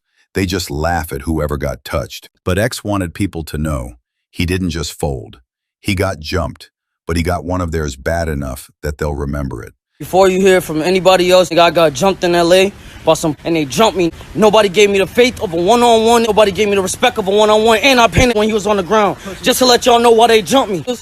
I'm just letting y'all know from now, though, I'm a man before anything. And I'm going to take an ass beating like a man. And I'm going to carry myself like a man. And this shouldn't affect me. I'm just going to lose money for me.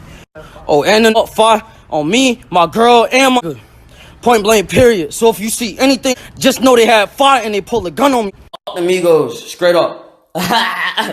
Look, chance to kill me. How you had fire and ain't shoot me? After all this talking, how did you shoot me? Honestly, it's funny how rapping about killing this and that, but you caught me outside the hotel and ain't put, bro, ain't shoot, nah, shit, bro, ain't shoot, bro. I had that boy hair in my hand, all biting.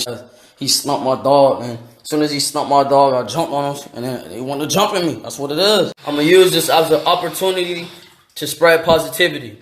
You see what just happened to me. You see my face. Continue to do the right thing, and karma will work itself out. Use me as an example. I just got up. Use this as an example. Keep doing the right thing. It's so funny because really super talking about I look face. He did a full roundabout and then split my dog because he was scared to fight me one-on-one. Like me, y'all like 35. I ain't mad because I got 35-year-old scared to fight me. See his fault that what's it called? Lift off. He ain't gonna be deep like that anyway, bruh. Migos just gave me free clout. Free clout.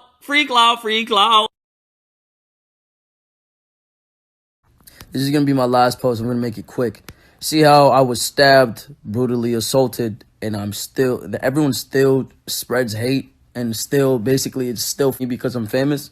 Take a second to think about that, all right? Good night. Well, sorry, not because I'm famous, but it's because I'm black. Reality check.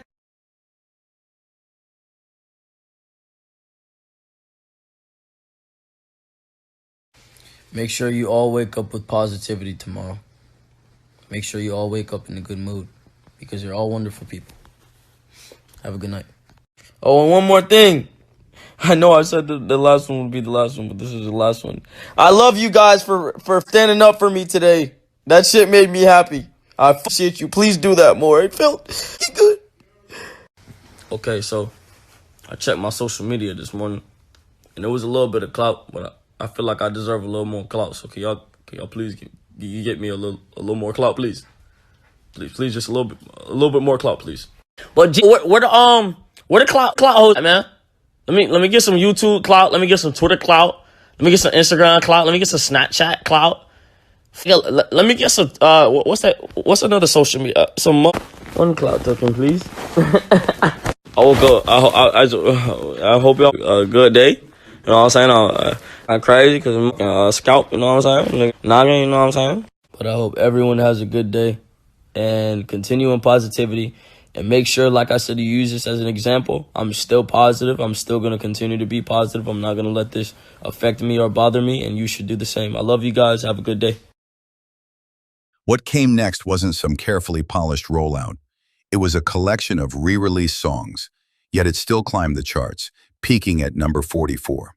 By June, Members Only, Volume 3 arrived, further cementing his underground movement. 2017 became the year Jahseh flooded the internet with music, capitalizing on the wave of attention that was impossible to ignore. But behind the rising numbers and swelling fan base, shadows lingered. The charges tied to his ex-girlfriend were still pending, the trial delayed again and again, hanging over him like a storm cloud. And then, as the pressure mounted, he dropped his debut album, 17, a body of work that would change everything. You know what's wild? The way X first connected with Shiloh Dynasty. It didn't start in a studio, it started with a phone call. Imagine this, X, in the middle of figuring out his sound, picks up the phone and hears that voice on the other end. Shiloh wasn't loud, wasn't flashy, just soft, fragile, and haunting. And instead of talking business or contracts, they talked about energy, about how music should feel. X told Shiloh their voice carried the exact pain he wanted to capture, and Shiloh understood instantly. That was the spark. From that moment, Shiloh's ghost-like vocals became the heartbeat of 17. Tracks like Jocelyn Flores, Everybody Dies in Their Nightmares, and Carry On, all wrapped around those haunting snippets of Shiloh's voice. Not features in the usual sense, but fragments of raw emotion that X pulled into his world. Producer John Cunningham even confirmed they eventually linked in Los Angeles, but most of the vocals you hear came from Shiloh's earlier recordings. Tiny clips from Vine and Instagram that X transformed into full, devastating songs. And that's what made 17 so special. It wasn't just X pouring out his soul, it was Shiloh too, stitched into the very fabric of the music. Two broken energies, never fully in the spotlight together, but fused into a sound that listeners still feel deep in their chest years later. One phone call. That's all it took to create something timeless. As the situation was, and I mean, like, I literally mean when I heard your voice, bro, and I heard anything that was made around your voice, I was able to work with it, and I was able to, like, just, I don't know, bro, that, like, it touched me, bro. Like, I don't know how to even formally express, like, how inspired I am by you, bro, and I don't even know how to thank you, bro. Man, I've been hooked on your shit the same, man. It's like, beyond words, man. That's what I keep telling everyone. Know it, man. You get it. It's I don't even yo, your manager told me you're in LA. That's true, right? He dropped his debut album, 17, a body of work that would change everything. Now, let's talk about X's first studio album, 17. This wasn't just another debut. This was a statement.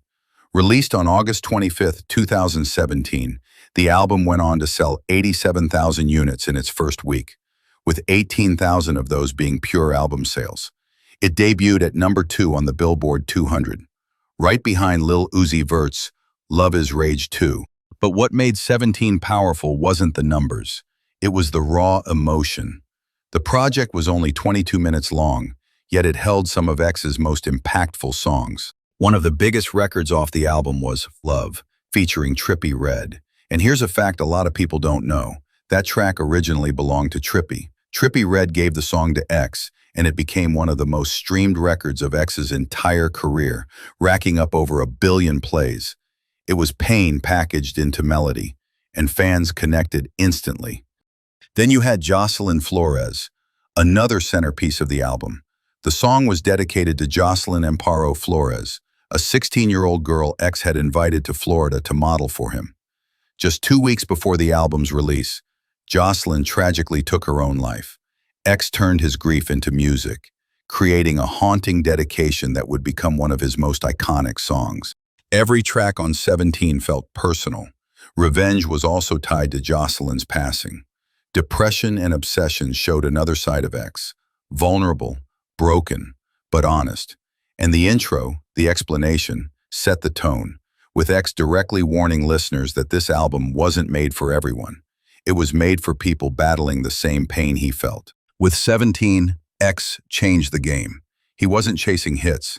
He wasn't chasing radio. He was making music for survival. And that's why it hit so hard, because it was real. When 17 dropped, fans were caught off guard. Up until then, Xxxtentacion had built his name off raw, aggressive, bass-heavy records like Look at Me and his underground SoundCloud anthems. Real fans expected more of that hardcore, chaotic energy. But instead, what they got was the complete opposite. 17 was stripped down, mellow, vulnerable, acoustic guitars, lo-fi production, whispered vocals. For some, it was shocking. For others, it was exactly why the album hit so hard. The project sold 87,000 units first week, with 18,000 pure sales, debuting at number 2 on the Billboard 200. Proof that even when X went against every expectation, the world still listened. One of the biggest surprises was Love, featuring Trippie Redd. What most people didn't know at the time was that the song originally belonged to Trippie. He handed it over to X, and together they turned it into one of the most streamed songs in both of their careers. Every record on 17 carried a weight, depression and obsession. Everybody dies in their nightmares. Revenge. This wasn't an album for the mainstream.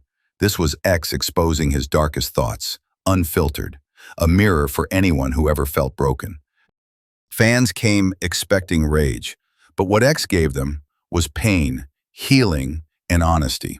17 wasn't the sound people predicted. It was the sound of his soul. In late 2017, while Xxxtentacion was exploding onto the scene, another story was quietly unfolding in the background. A story involving Drake, Trippie Redd, and loyalty. Drake was putting together one of the biggest records of his career, God's Plan, and before the world ever heard it, he reached out to Trippie Redd to be part of the track. Trippie even previewed his verse during a live stream. Fans still remember the snippet. But behind the scenes, things weren't so simple. Around this time, X had accused Drake of copying his flow from Look at Me on the song KMT. It sparked tension, with fans and blogs fueling the fire. And while Trippie never openly chose sides, his actions spoke louder than words. Instead of moving forward with Drake, Trippie started pulling back. He'd make excuses, try to play it cool, but the truth was, he didn't want to betray the bond he had with X. Trippie and Xxxtentacion had already linked up on Love, a song that became the emotional centerpiece of 17. Their chemistry was undeniable, and for Trippie, Loyalty meant more than a feature with the biggest artist in the world. Eventually, Trippie's verse was cut. God's plan would go on to break records, dominate charts, and cement itself as one of Drake's biggest songs. But behind the shine of that hit was a choice Trippie Redd made to stand closer to X, rather than chase a moment with Drake. In the end, it wasn't about clout. It wasn't about charts. It was about loyalty. He wasn't just building a fan base anymore. He was creating a movement. What once felt underground was now unstoppable. With the release of his album, fans were given an unfiltered glimpse into his mind. The pain, the chaos, the battle he fought every day. And in his words, they found something deeper, proof that they weren't alone.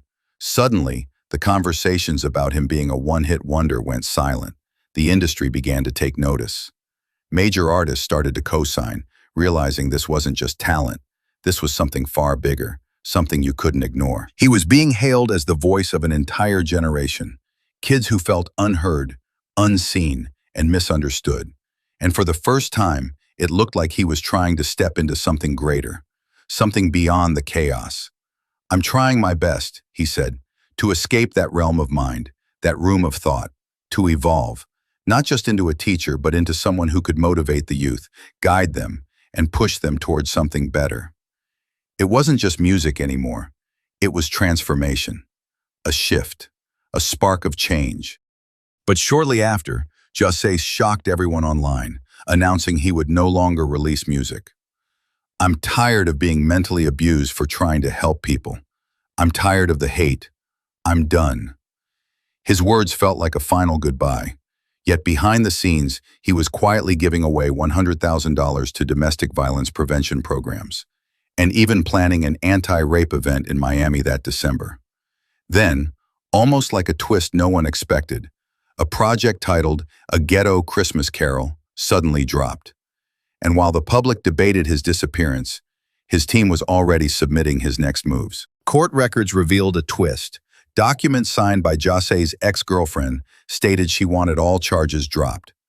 But the request was denied. Instead, prosecutors doubled down, hitting him with 7 new charges, including witness tampering, claiming he had pressured her into signing the papers. 5 days later, he walked out of jail. But freedom came with chains. He was placed on strict house arrest, awaiting the trial that could decide his future.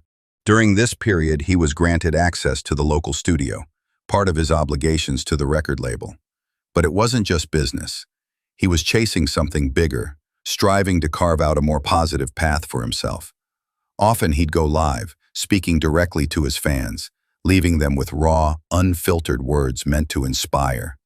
Like a man determined to rewrite his own story in real time. He launched his YouTube channel, diving into vlogs that drew fans closer, letting them peek behind. Said, "I know how it feels to be alone with people around. That's real. Think about it. Being surrounded by a crowd, but inside you feel completely isolated. That's why his music hits so deep, because he was living what his fans were living." Xxxtentacion wasn't just an artist, he was a thinker, and some of the things he said still cut deep to this day. A haunting dedication to survivors of school shootings, a message of solace and empathy that sent ripples through everyone who heard it.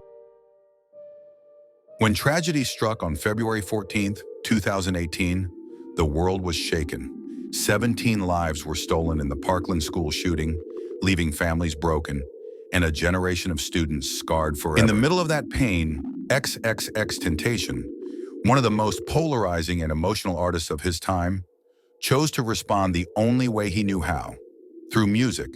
That response was hope. Unlike his usual rage-filled anthems, hope was stripped down, short, raw, direct. The beat was gentle, the delivery fragile, almost like a prayer. X dedicated the track specifically to the kids who passed and to the kids who are still suffering. About holding on when the world feels unbearable, his words weren't just for the victims, but for every fan who had ever felt trapped in darkness. Just 2 minutes long, Hope wasn't meant to be a hit. It wasn't designed for the charts. It was a message, a reminder, that even in despair, someone cared. Someone was speaking to the broken. And in many ways, Hope showed a different side of Xxxtentacion, an artist who wasn't just fighting his own demons, but trying to shield others from theirs. For Parkland, for the youth, for anyone who ever felt forgotten, because sometimes hope is all we have left. X said it himself. This song is dedicated to the kids who passed and to the kids who are still suffering. Through simple words, he offered something powerful, a reminder that life, no matter how painful, is worth holding on to. And that's the deeper meaning of hope. It's not just a song for Parkland, it's a song for anyone who feels like giving up. It says, even when you've lost everything, you still have tomorrow. Even when the world seems cruel, there is still love left to give. And even when you're at your lowest, there is still a reason to fight. Because hope is not just a word, it's a lifeline. And Xxxtentacion, in his own broken way, gave that lifeline to millions, to remind us that the human spirit, your spirit, is stronger than any tragedy. So if you're listening right now, remember this. Hold on. You are needed. You are loved. And your story is not over. All right, so here is the information I'm going to give you guys right now. So I made a song and I dedicated it to the kids from the Parkland shooting. Rest in peace to all the kids that lost their lives in the Parkland shooting. And I basically just wanted to say my condolences. In October 2021, Cruz stood before the court and pleaded guilty to all 34 charges. He admitted to the massacre, offering no defense for the destruction he caused. A year later, in November 2022, the jury delivered their decision. Instead of the death penalty, Cruz was sentenced to life in prison without the possibility of parole. 17 lives lost, 17 more forever changed, and one man sentenced to spend the rest of his life behind bars. I'm gonna make sure, you trying to do the session around that time, or are you trying to go later on? He retreated into his world of sound, quietly recording what would become his second album. On March 25, 2018, it dropped, enigmatically titled, ? With its release, Xxxtentacion didn't just enter the charts, he stormed them. The album debuted at #1, and the haunting single, Sad, pierced the mainstream, climbing to #7 and marking his first ever top 10 hit. In that moment, SoundCloud rap's landscape would never be the same. It all started earlier with Trippie Redd and 6ix9ine collaborating.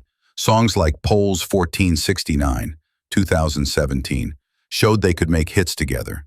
But their relationship deteriorated. Allegations, online accusations, claims of impropriety, shouting matches on social media. Trippie publicly denounced 6ix9ine, called him a pedophile later on, and things escalated. Xxxtentacion was close with Trippie Redd. They'd worked together, and although they had tensions, they also respected each other's artistry. So when Trippie and 6ix9ine's beef got loud, apparently X tried to step in. His name came into the picture because he responded publicly. On Instagram Live, he spoke out. He said, people were dragging his name into the fight, whether he liked it or not. He tried to address the rumors, clarify where he stood. Because in rap, what you don't say sometimes matters as much as what you do. One of the things that sparked this was Trippie's criticism of X for allegedly switching sides. That is, people thought X was aligning or associating with 6ix9ine. Trippie claimed X was hanging out with or being friendly with 6ix9ine or those connected to him. This led to backlash. Trippie felt X was being hypocritical or that X owed him loyalty. X responded, not with purely insults, but by speaking from his own perspective. He said some things were being blown out of proportion. He didn't want to be forced to pick a side in public, especially when the sides were murky. At least that is how many reports interpreted what he said on Live. Despite all this, the beef didn't stay fully ignited forever between X and Trippie. In March 2018, X publicly gave Trippie love during a benefit concert in Florida. He called him an amazing artist and said he loved him. Trippie responded, thanking X and apologizing for any things he said. The public beef between them was, to many observers, officially cooled off. So why did X reach out? Why did he speak up? He was close to Trippie, and when people criticized Trippie or accused X of disloyalty, X felt the need to clarify.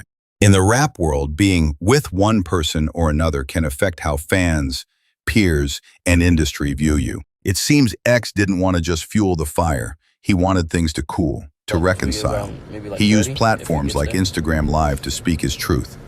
Yeah, it's gonna get there. 30, maybe 40. Oh, 22 might be enough. Yeah, 22 should be enough. Okay, so obviously there's this situation going on where my name has been thrown around in various manners, and obviously that negative energy has tried to not even necessarily like it's to be more specific. Obviously you see the beef that's going on between 6ix9ine and Trippie Redd, and obviously my name was thrown into that, and my energy was kind of used to spark a fire to that conversation, and I was silent about it because I didn't feel the need to address it, and I didn't feel as if it would be smart to address it, because only in the sense of the fact that I felt like I would address it in a negative manner. Now, I feel that I do want to address it, but I want to address it in the best way imaginable. I want to say that you have two very, very good artists and two people put in positions of power that don't understand that the way that they deal with the situation kind of makes that energy transpire in many different aspects and spreading negative energy throughout the world. And I feel like the best way to deal with the situation is to understand this. If you're not progressing as a person and you're not learning how to deal with situations as a person, and you're not at least trying to be mature or trying to deal with the situation and disregard the negativity that it contains, then you're really destroying yourself as a person, and you're trying to put that energy somewhere else, and you're feeding off that energy back and forth. So the reality of the conversation is we have two young men that, and myself as a young man as well, two young men that are really going back and forth about something that really isn't even important. Like, use your power to better the world. Go do a food run. Like, take care of the homeless. I mean, I'm sure they're already taking care of the families, but make the conversation something different. Maybe if the conversation was, okay, who's doing more for the community than the next person, then I would understand the conversation. Then I would understand the conversation, and there would at least be there would be a good conversation behind it, or good energy behind it. X often spoke on unity, especially among artists who held influence over millions of young people. To him, music wasn't just entertainment, it was a tool, a weapon for change. And he couldn't understand why those in positions of power would use it to tear each other down. At this point in time, yes, he has 6ix9ine has negative stipulations behind his name. Yes, I have negative stipulations behind my name. Trippie Redd knows he has negative stipulations around his name, regardless of whether they come to the light or not. There are things that we know, that I know, that I don't care to go to the media and say, and I don't care to try and de-glorify anyone's name. I'm not trying to detest anyone's worth or trying to belittle them in any way, because I'm not afraid to give their names energy. I'm not afraid to address the conversation, because I'm confident within myself as a person that regardless of giving their names power or giving the conversation power, that I will benefit regardless. I will be able to amount to whatever it is that I truly desire, that will take care of my family regardless. My main thing is, I think it's really childish to have this conversation. I think it's really childish to go back and forth on the internet and try and have this conversation and really try and I'm just tired of seeing it on the internet. And I feel that both of them are good artists. Both of them can have longevity in their careers if they just understand how to deal with the situation and to be men. And I just wanted to address it in the best way possible. So my thing is to you guys, leave this conversation alone.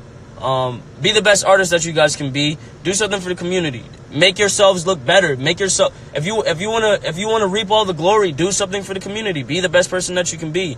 That's the only thing that I wanted to say. Regardless of the negativity put around my name, I'm addressing it with good energy. I want to say that I forgive both of you for even putting my name in the conversation. I forgive, like I said, I forgive both of you guys for putting my name in the conversation, and I believe in both of you. I believe in both of you. I believe that you guys can amount to I believe that you can amount to great things. I believe that if you truly believe in yourself and you stop trying to feed on the negativity and you stop trying to manipulate this energy and destroying yourself in the process, that you could really, really become something smarter than what you think you are in this current moment. And I just wanted to spread peace, love, and positivity. And I wanted to say, I apologize for not addressing it sooner. I want to say I apologize for not even being as good as that I know I can be. And I'm trying. I'm growing every day, and I'm trying to be the best that I can. And I want you guys to know that beyond all else, you can have an amazing career. You can have the amazing career. You can have the most money. You can have all of these things. But if you're not growing as a person, if you can't look at yourself and consider yourself a good person, and you can't be satisfied with yourself, what are you really?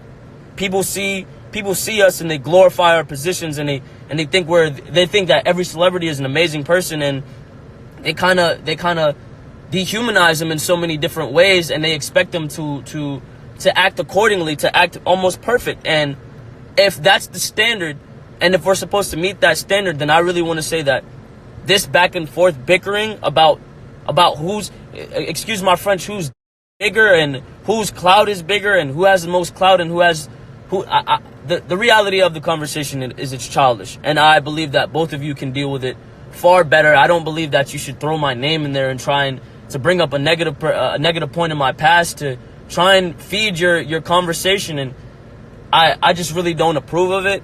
However, like I said, I believe in the both of you. I believe you guys can really, really amount to something greater than what you perceive you can, and take the best route possible. But this is not the best route. And I mean, that's all I wanted to say. I apologize for not going on live. I apologize for not speaking as much. I'm in a perspective to where I'm really trying to work on myself, not only trying to learn more self-control, but really trying to conduct myself in the best way that I can, trying to show people that I'm doing way better than I was before mentally, not financially, not musically, because regardless, I'm going to benefit financially and musically given the opportunity that I have, and I know how to take advantage of that. But I want to be the best person and learn how to deal with situations in the best way possible. And I feel like this is exemplary. I'm trying to show an example of that by addressing the situation. So again, peace, love, positivity. I hope everyone's having an amazing day. I feel like there's no negative way that this can be spun, and if you try to spin this in a negative way, then you're really looking for negativity. Like I said, both amazing artists, longevity in careers. I wish the best on the both of you. Even if he tried to stay out, rumors, accusations, and social media posts pulled him in. Once your name is in the conversation, you often lose control over how you're presented. In the end, Xxxtentacion's role in the 6ix9ine versus Trippie Redd saga shows something important. Sometimes you don't choose to enter a beef, it chooses you. His attempt to address it, to reach out, to clarify, to show love, all of that speaks to a side of the culture we don't always get to see. Because in the headlines, we see the fights, but behind the scenes, there are relationships, regrets, attempts to make peace. And X's story in this beef is just one example of how deep and messy loyalty, friendship, and betrayal can run in the hip-hop world. Even as things soured, there were moments of give and take. Ski asked X for features at times. X initially rejected, then later said he'd help because he wanted Ski to succeed on his own terms. Public messages, threats, apologies. The relationship swung like a pendulum.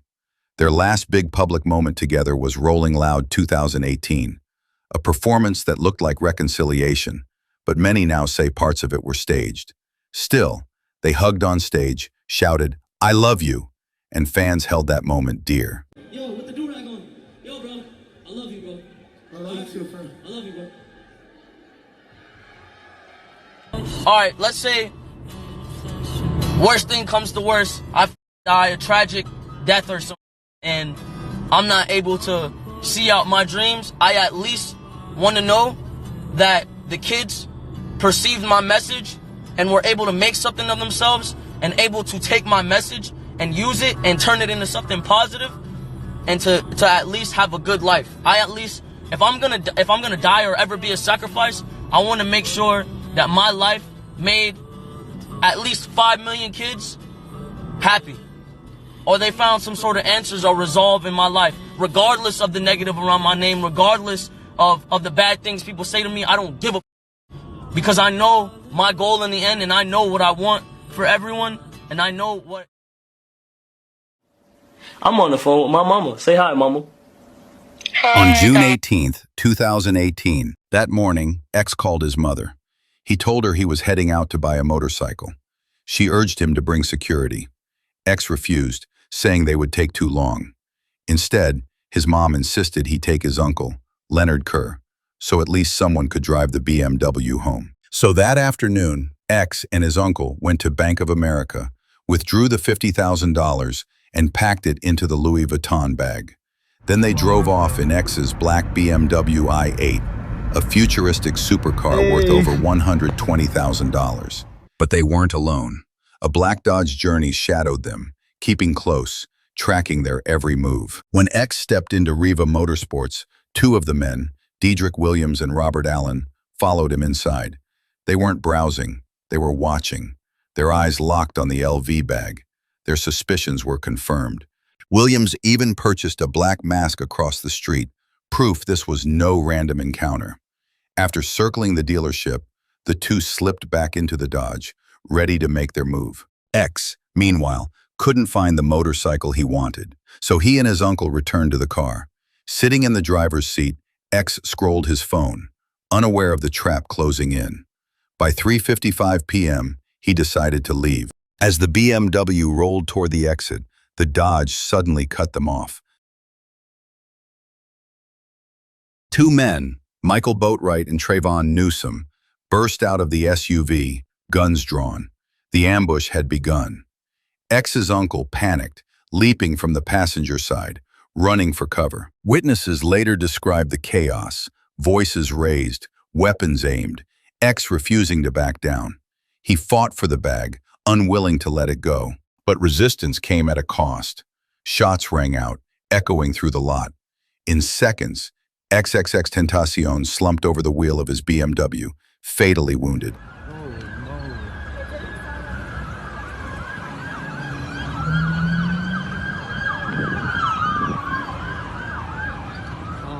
The gunman fled with the bag of cash. This is that very rich. Bro, I think X got shot, bro. I think X got shot, bro. I think X got shot, bro. I think X got shot. I think X got shot. You said what? X got shot, bro. I think X got shot. Like, for real, I think X got shot, bro. Nah. What you mean? Yeah, deadass, bro. I think X got shot, fam. Nah, you lying. That ain't happening. They would have called me. Nah, everybody, Gabe, Solomon, they all telling me, bro, go check. They tell them how they doing CPR on the man.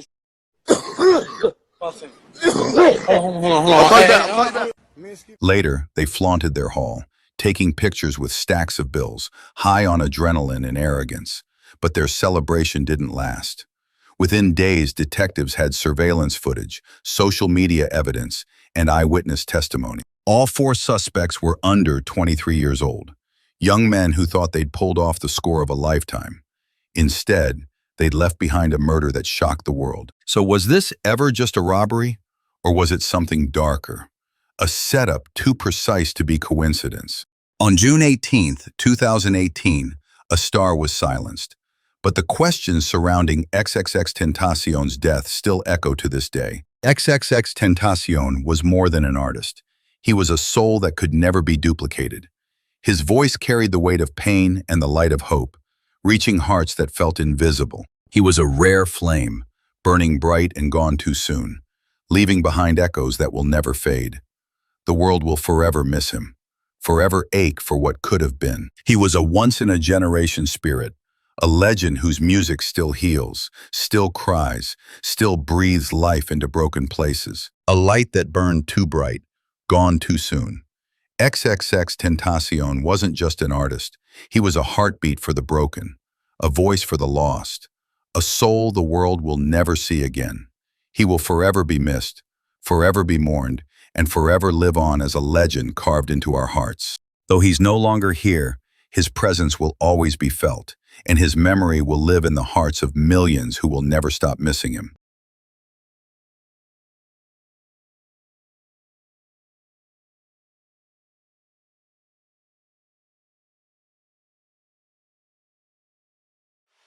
Don't move. Don't move.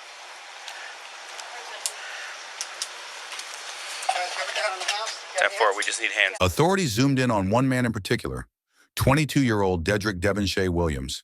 His tattoos, his build, and his movements inside Riva Motorsports matched perfectly with what witnesses remembered. He wasn't just a face in the crowd. He was a shadow following X's every move that day. On June 20th, 2018, just 2 days after the murder, Broward County deputies made their move. Williams was behind the wheel, driving a silver 2004 Honda when officers pulled him over in a quiet intersection. But this wasn't a routine traffic stop. Within seconds, squad cars boxed him in, officers surrounded the vehicle, and Williams was yanked out and handcuffed on the spot. That arrest sent shockwaves through the hip-hop community. Williams was charged with first-degree murder, grand theft of a motor vehicle, and probation violation tied to earlier crimes. But the story didn't end with him. In fact, his capture only opened the door wider. Soon after, investigators linked 3 more men to the deadly ambush. Michael Boatwright, identified as one of the shooters who pulled the trigger that day. He faced charges of first-degree murder, armed robbery with a firearm. Trayvon Newsom, the second gunman, accused of pointing a weapon directly at Xxxtentacion before the fatal shots were fired. His charges mirrored Boatwright's. First-degree murder, armed robbery with a firearm, Robert Allen, the lookout and getaway man. Though less directly violent, his role in cornering X sealed his fate. He was charged with second-degree murder, armed robbery with a firearm. Each man played a different part in the ambush, but together they formed a deadly conspiracy that ended one of the brightest rising stars of a generation. What stood out most to investigators was how calculated it all was. Surveillance showed the suspects circling the area, lying in wait, then cutting off X's BMW before the robbery turned into murder. For fans, the arrests were a strange mix of relief and heartbreak. Relief that justice was closing in. Heartbreak that none of it could bring X back. Yeah. You got it?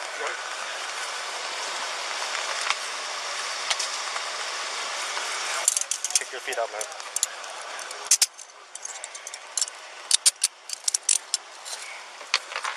You have my 10 off the car. She ain't going nowhere. Is that your car? No, that's my sister's car. Okay, all right.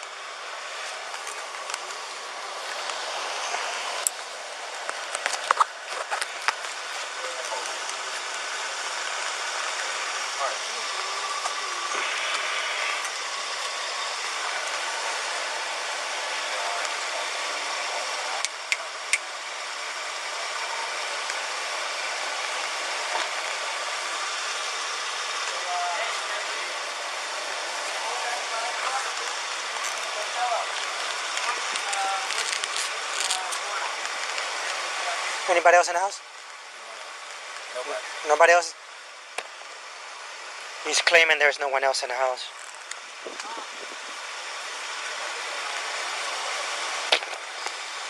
He's claiming there's no one else in the house.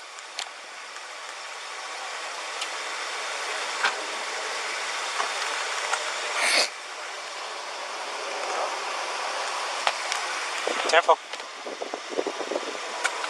Are you sure there's no one else in the house? Yeah, okay. Keys to the house?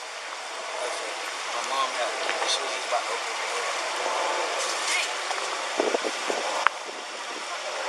door. No, we got it. We took it. You want to call it? Yeah, we put it in the middle. We put it in the middle, man.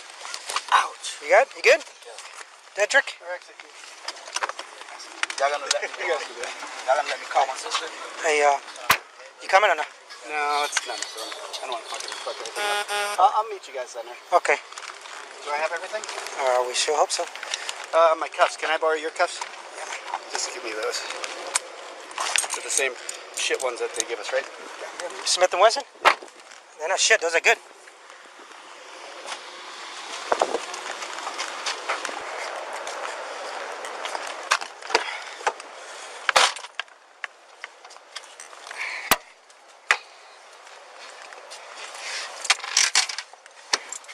one took. You got him? Alright, he's coming this way. Hold on. Huh? Well, you know what? Yeah, because he was sitting on him. We're going inside right now. We'll take it off, okay? This way.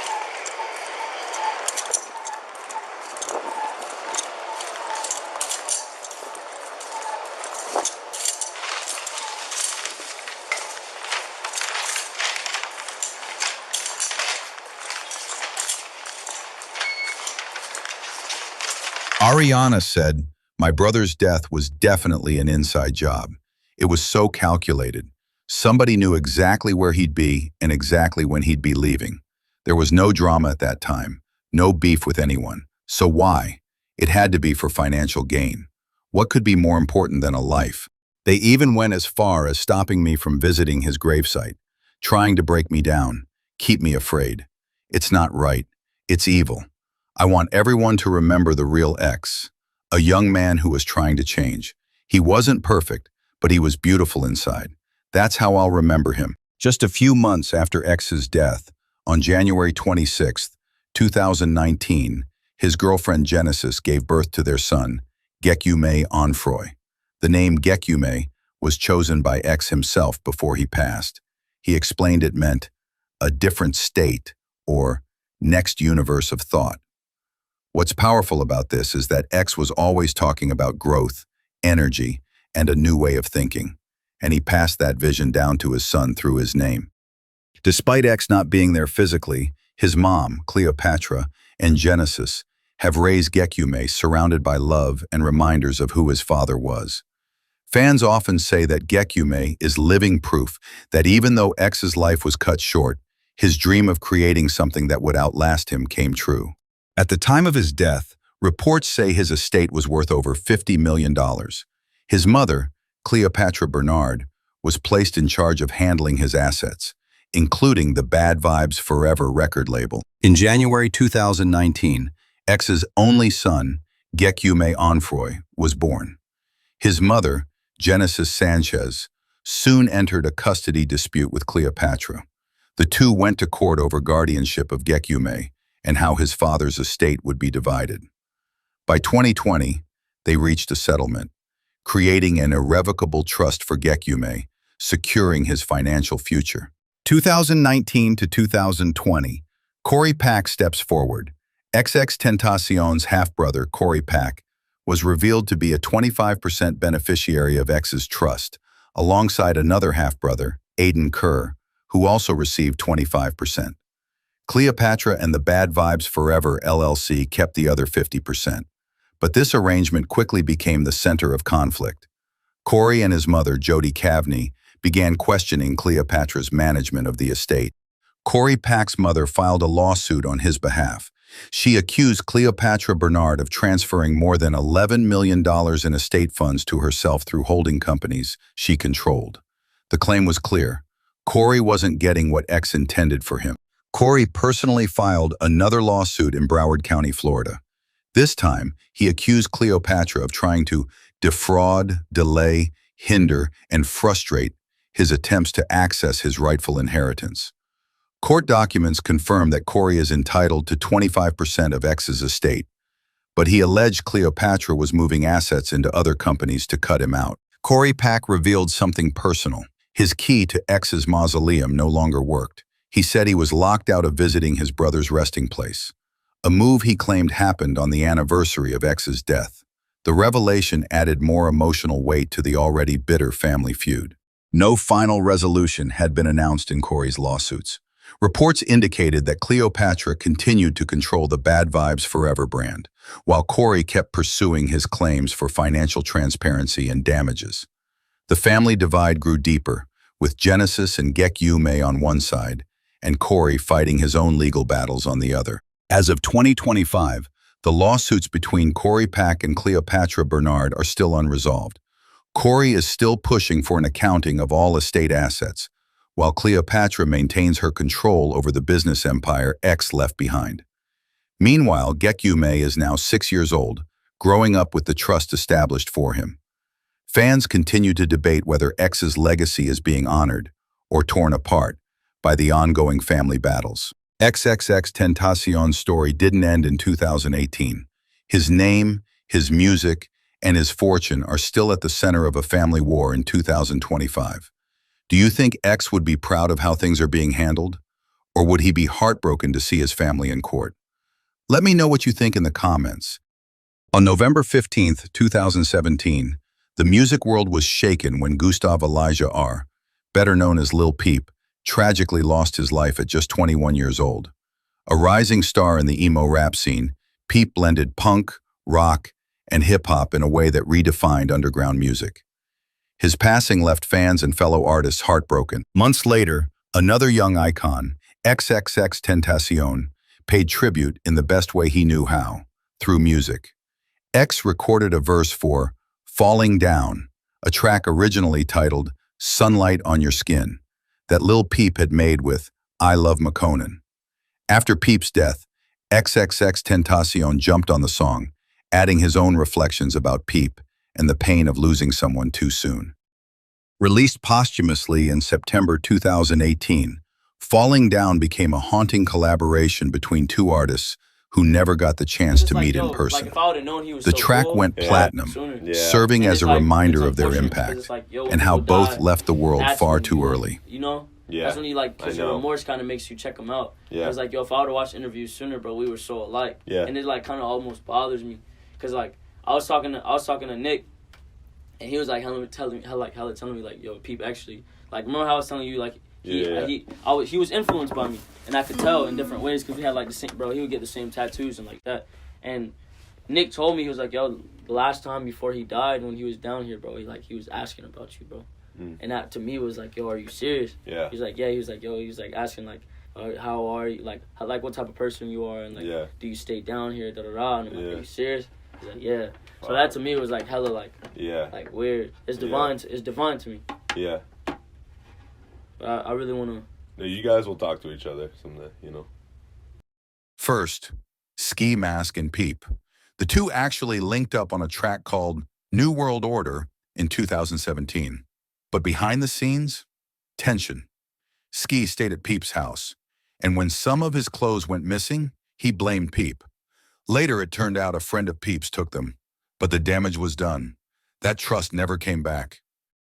After Peep passed in November 2017, X recorded a verse over one of Peep's unfinished songs, originally called Sunlight on Your Skin with I Love McConan.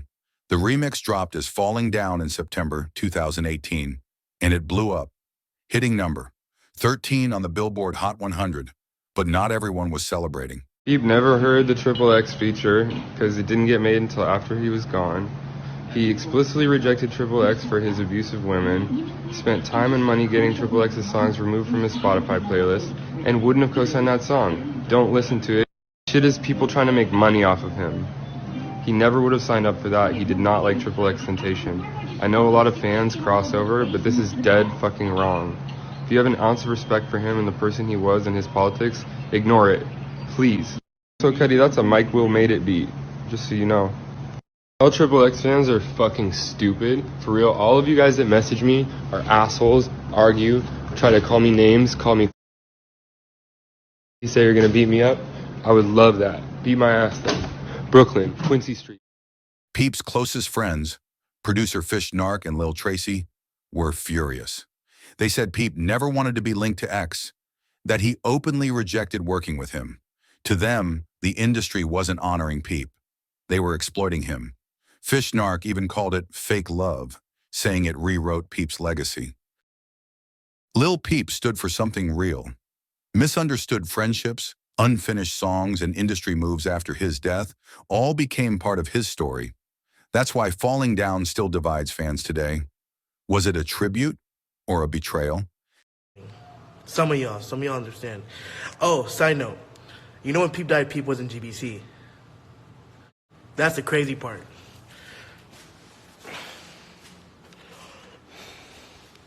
When he died, he was in GBC, and he stayed at my house 5 days before. Check the tour dates.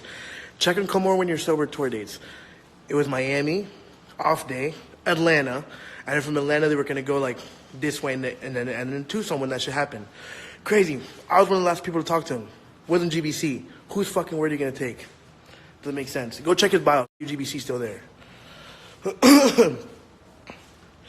And no disrespect to them, cause I don't care. I don't got pressure with no one. But think about it. Whose fucking side are you gonna take? Cause he wasn't GBC when he passed. That's on God. I promise.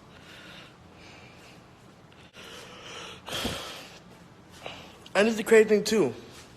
Peep is one of the most influential artists of the generation. So is X. Before they died, X loved his music, and that record wasn't cut from another. They didn't take X's vocals and put it on the Peep song. X recorded that song on Peep song. X isn't edited in. X recorded it in a studio because that song was there. Verse was open, did a song on the verse. That's what happened. I don't get it. So you see how all these little rumors are stupid? I don't know why some people mad. You talk to them. I know my story. That's all I know. That's the crazy part.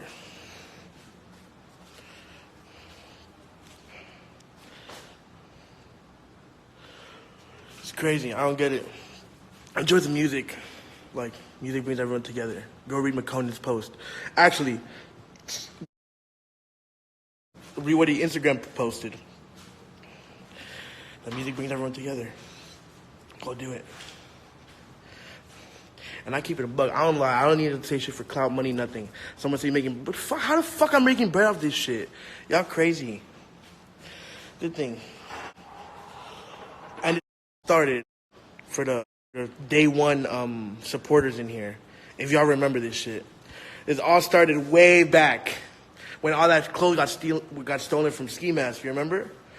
That was them took that shit and they resolved that. Because people never did that shit. But it was someone in Peep's camp, old camp, that did it.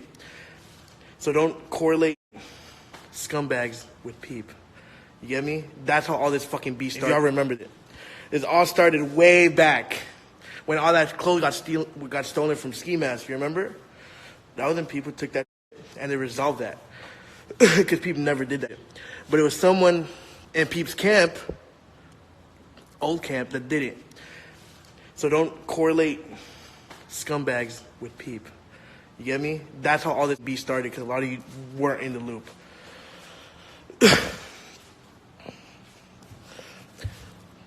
I'm going to keep it a buck.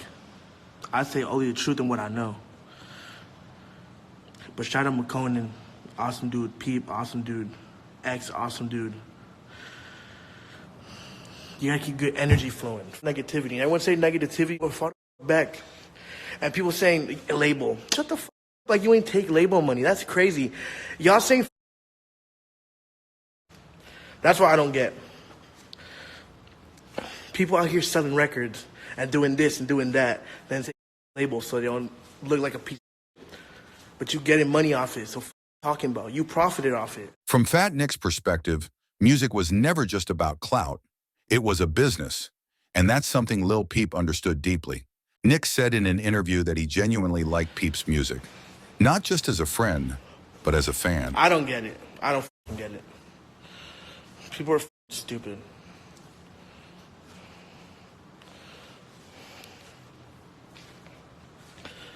Facts, exactly. Upset. I don't know. You guys figure out why people are upset. That's on them. I know what I know, and that's it. I'm talking exactly what it was. And like I said, before I go, like I said, Miami, when he was here, we all talked about it.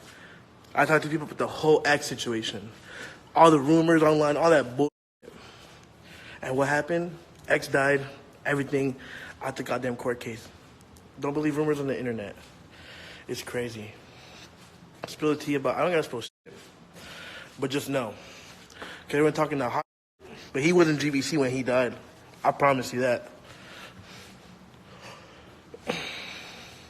So, now y'all can do your little investigations and put your little puzzles together. Right? And now see why they mad. See why everyone's pissed. Because he wasn't GBC when he died. And now everyone's, you get me? He wasn't GBC when he passed. So people are like, blase, blase. No, get the out of here. And that's on my mom. I never put none of my mom's, but on my mom, on Peep, on everything. He was not GBC when he passed. One thing that often gets overlooked about Lil Peep's legacy is what Fat Nick said after his passing. According to Nick, when Peep died, he actually wasn't part of Goth Boy Clique anymore. But that detail has been largely ignored. Anyone got anything to say, I don't give offend. Shut the fuck up, the ultimate. But shout out Curry.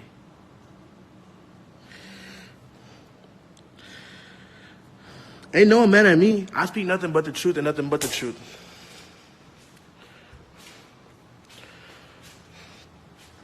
I would never do anything he didn't want. Just how I passed, I wouldn't want one of my best friends or one of my friends to do something I wouldn't want. Were they supposed to meet up and talk? Yeah. I was there with my DJ Scheme, and we talked about it. I have a song with Peep that X wanted to jump on too because X loves Peep's music. I have that text message that X wanted to jump on the song that I have with Peep that's unreleased.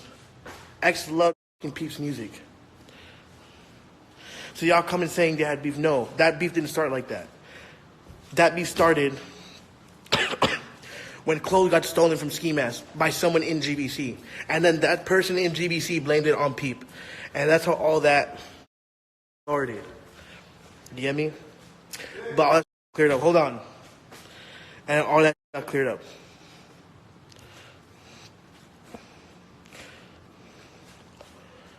Retarded. Who was it? Y'all do your research. I don't throw no one under the bus. I don't do shit. But that's how the beef started, because someone stole the clothing. Like, y'all really, I don't get it.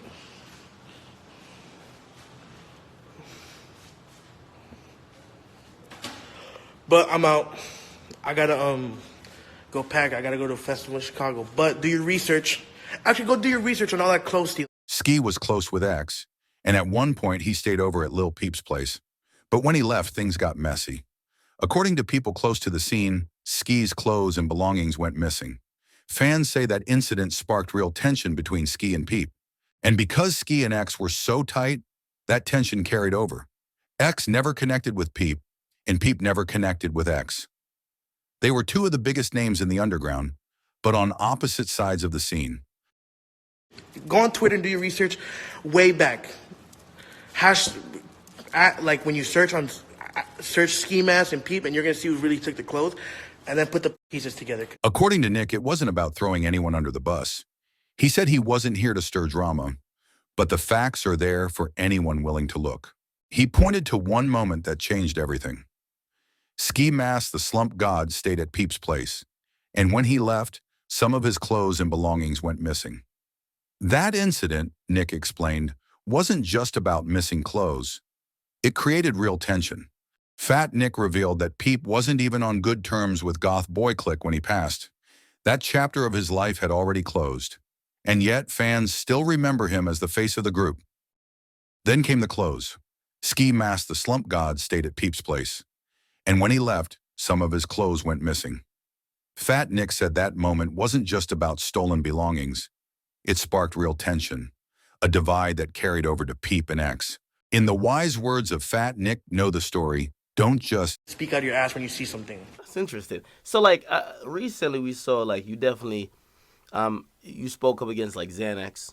Did you feel like you had to speak up about it? We know, yeah, little because bro, like, here's the part, because Ski had beef with Lil Peep back in the day, and that's why I had never, like, I never co-signed him, I never talked to him, I would never do anything with him. But we had similar friends, we knew similar people, and all I would hear was good things about him. But due to my loyalty to Ski, I would not, bro. My loyalty to Ski, bro, and it's funny because my loyalty to Ski oversees a lot of things. You know what I'm saying? And people didn't really realize that. Like, that's why I got punched in. Like, not to put bro in that situation, but that's why I got punched in, because he got jumped. And he felt like it was because I was defending him, but he was gonna get jumped regardless. He got jumped, and that drove me to the edge to go defend my friend.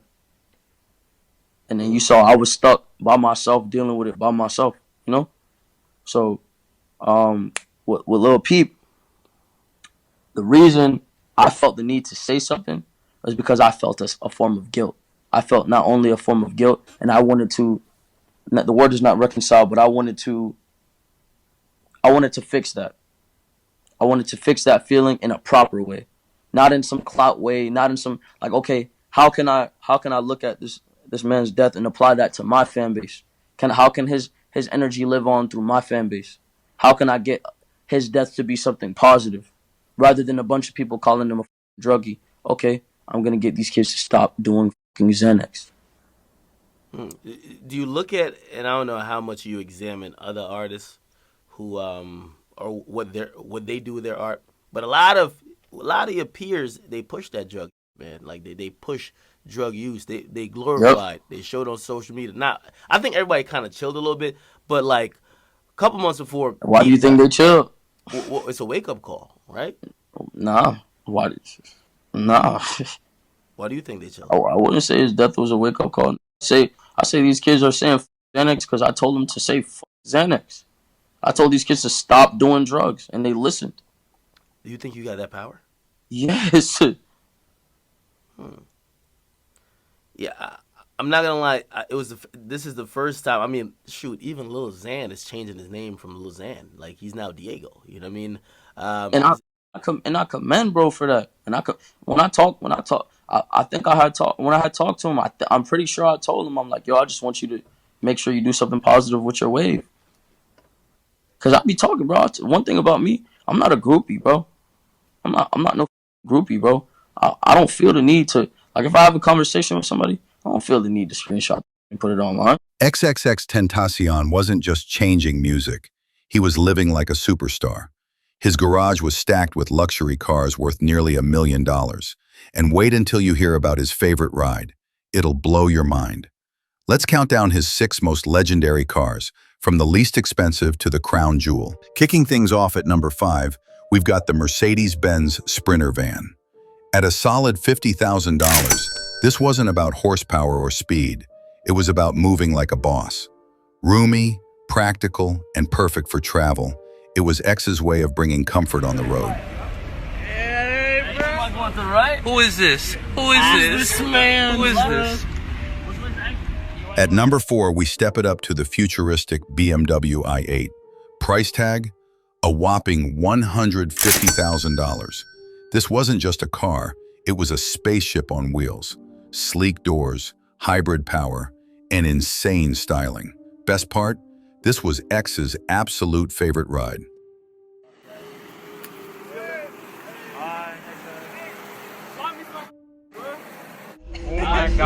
Coming in at number 3, the iconic Mercedes-Benz G-Wagon. Starting around $150,000 but climbing way higher with custom options. The G-Wagon screams luxury, power, and status. Pull up in one of these and the world knows you've arrived. At number 2, we enter the world of pure luxury. The Rolls-Royce Ghost, valued at over $300,000. Every detail is handcrafted. Every ride feels like floating. This car wasn't just transportation. It was a millionaire's throne on wheels. And finally, at number 1, the crown jewel of X's collection, the Lamborghini Huracan. With a price tag soaring past $320,000, this exotic supercar is the definition of speed and status. Sleek, powerful, and impossible to ignore, it was the ultimate symbol of how far X had come. When most people think of Xxxtentacion, they think of the music, the headlines, and the controversies. But what many overlook is that at just 19 years old, X was already making financial decisions that most artists don't even consider until much later in their careers. He wasn't just an artist, he was quietly laying the foundation of a real estate portfolio. On November 30th, 2017, X made one of his biggest power moves. He purchased a stunning property at 6,500 Northwest 62nd Terrace in Parkland, Florida. This wasn't just a house. It was a $1.4 million estate, featuring 4 bedrooms, 5 bathrooms, with 4 full baths and 1 half bath. Every inch of the property was designed for luxury, spread out across a massive floor plan. At $235 per square foot, this was not only a dream home, but also a strategic investment in one of South Florida's most exclusive neighborhoods. Now picture this. Most teenagers are just figuring out college applications at 19. Meanwhile, X was already holding the keys to a mansion that looked like it belonged in a Hollywood film. But for him, this wasn't about showing off. It was about security, legacy, and smart investing. What really sets this apart is what X did next. There's X's mom's house. Got the Lambo. Got the Lambo. Got the pellet. Right there. Oh, is that? Wait, who is that at the door? Rashad, peep this. Dude, why is their house so holy? He wasn't only thinking about himself. Around the same time, he purchased a home for his mother, Cleopatra Bernard. She just got a brand new Chanel bag. It be lit.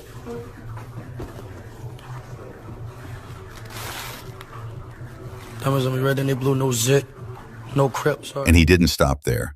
He also bought a house for his grandmother, Colette Jones. Get little tape. We out here getting it. Big houses, big Benzes. Get your money up.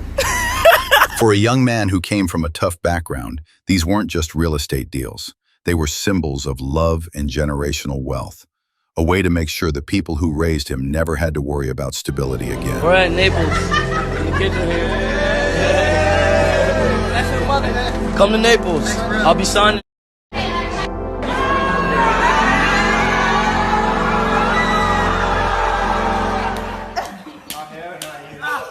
Damn, Aiden, you won? No! Aiden, you won?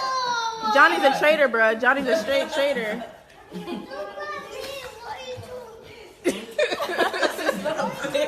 Stop being a baby. You trying to pitch me now, boy? He's like, damn, I shouldn't have got involved.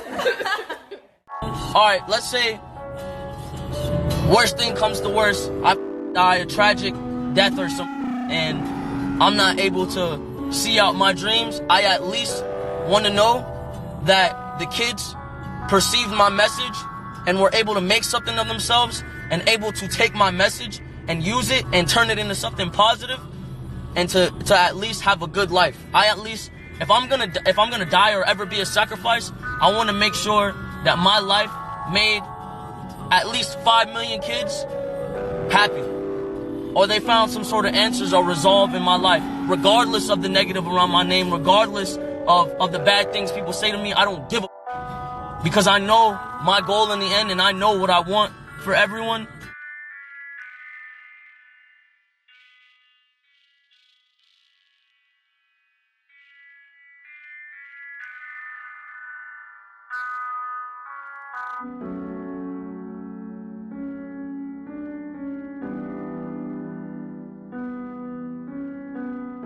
He wanted kids to believe in themselves because he knew they were the future. He wanted unity among artists because he saw the power of music to heal instead of divide. And more than anything, he wanted love to win over hate. X wanted to turn his scars into lessons, his mistakes into warnings, and his pain into hope. He wanted the world to see that change was possible, even for someone like him.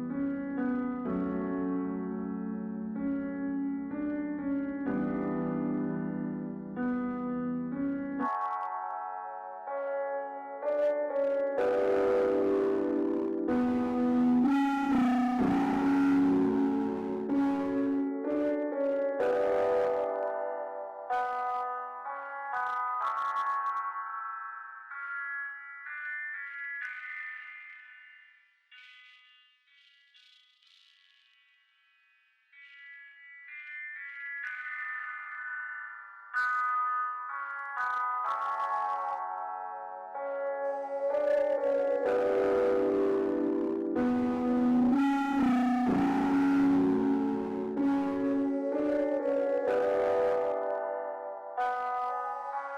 guy is always a good thing. Okay. Make sure you make good decisions, all right? Yep. Love you. Thank you.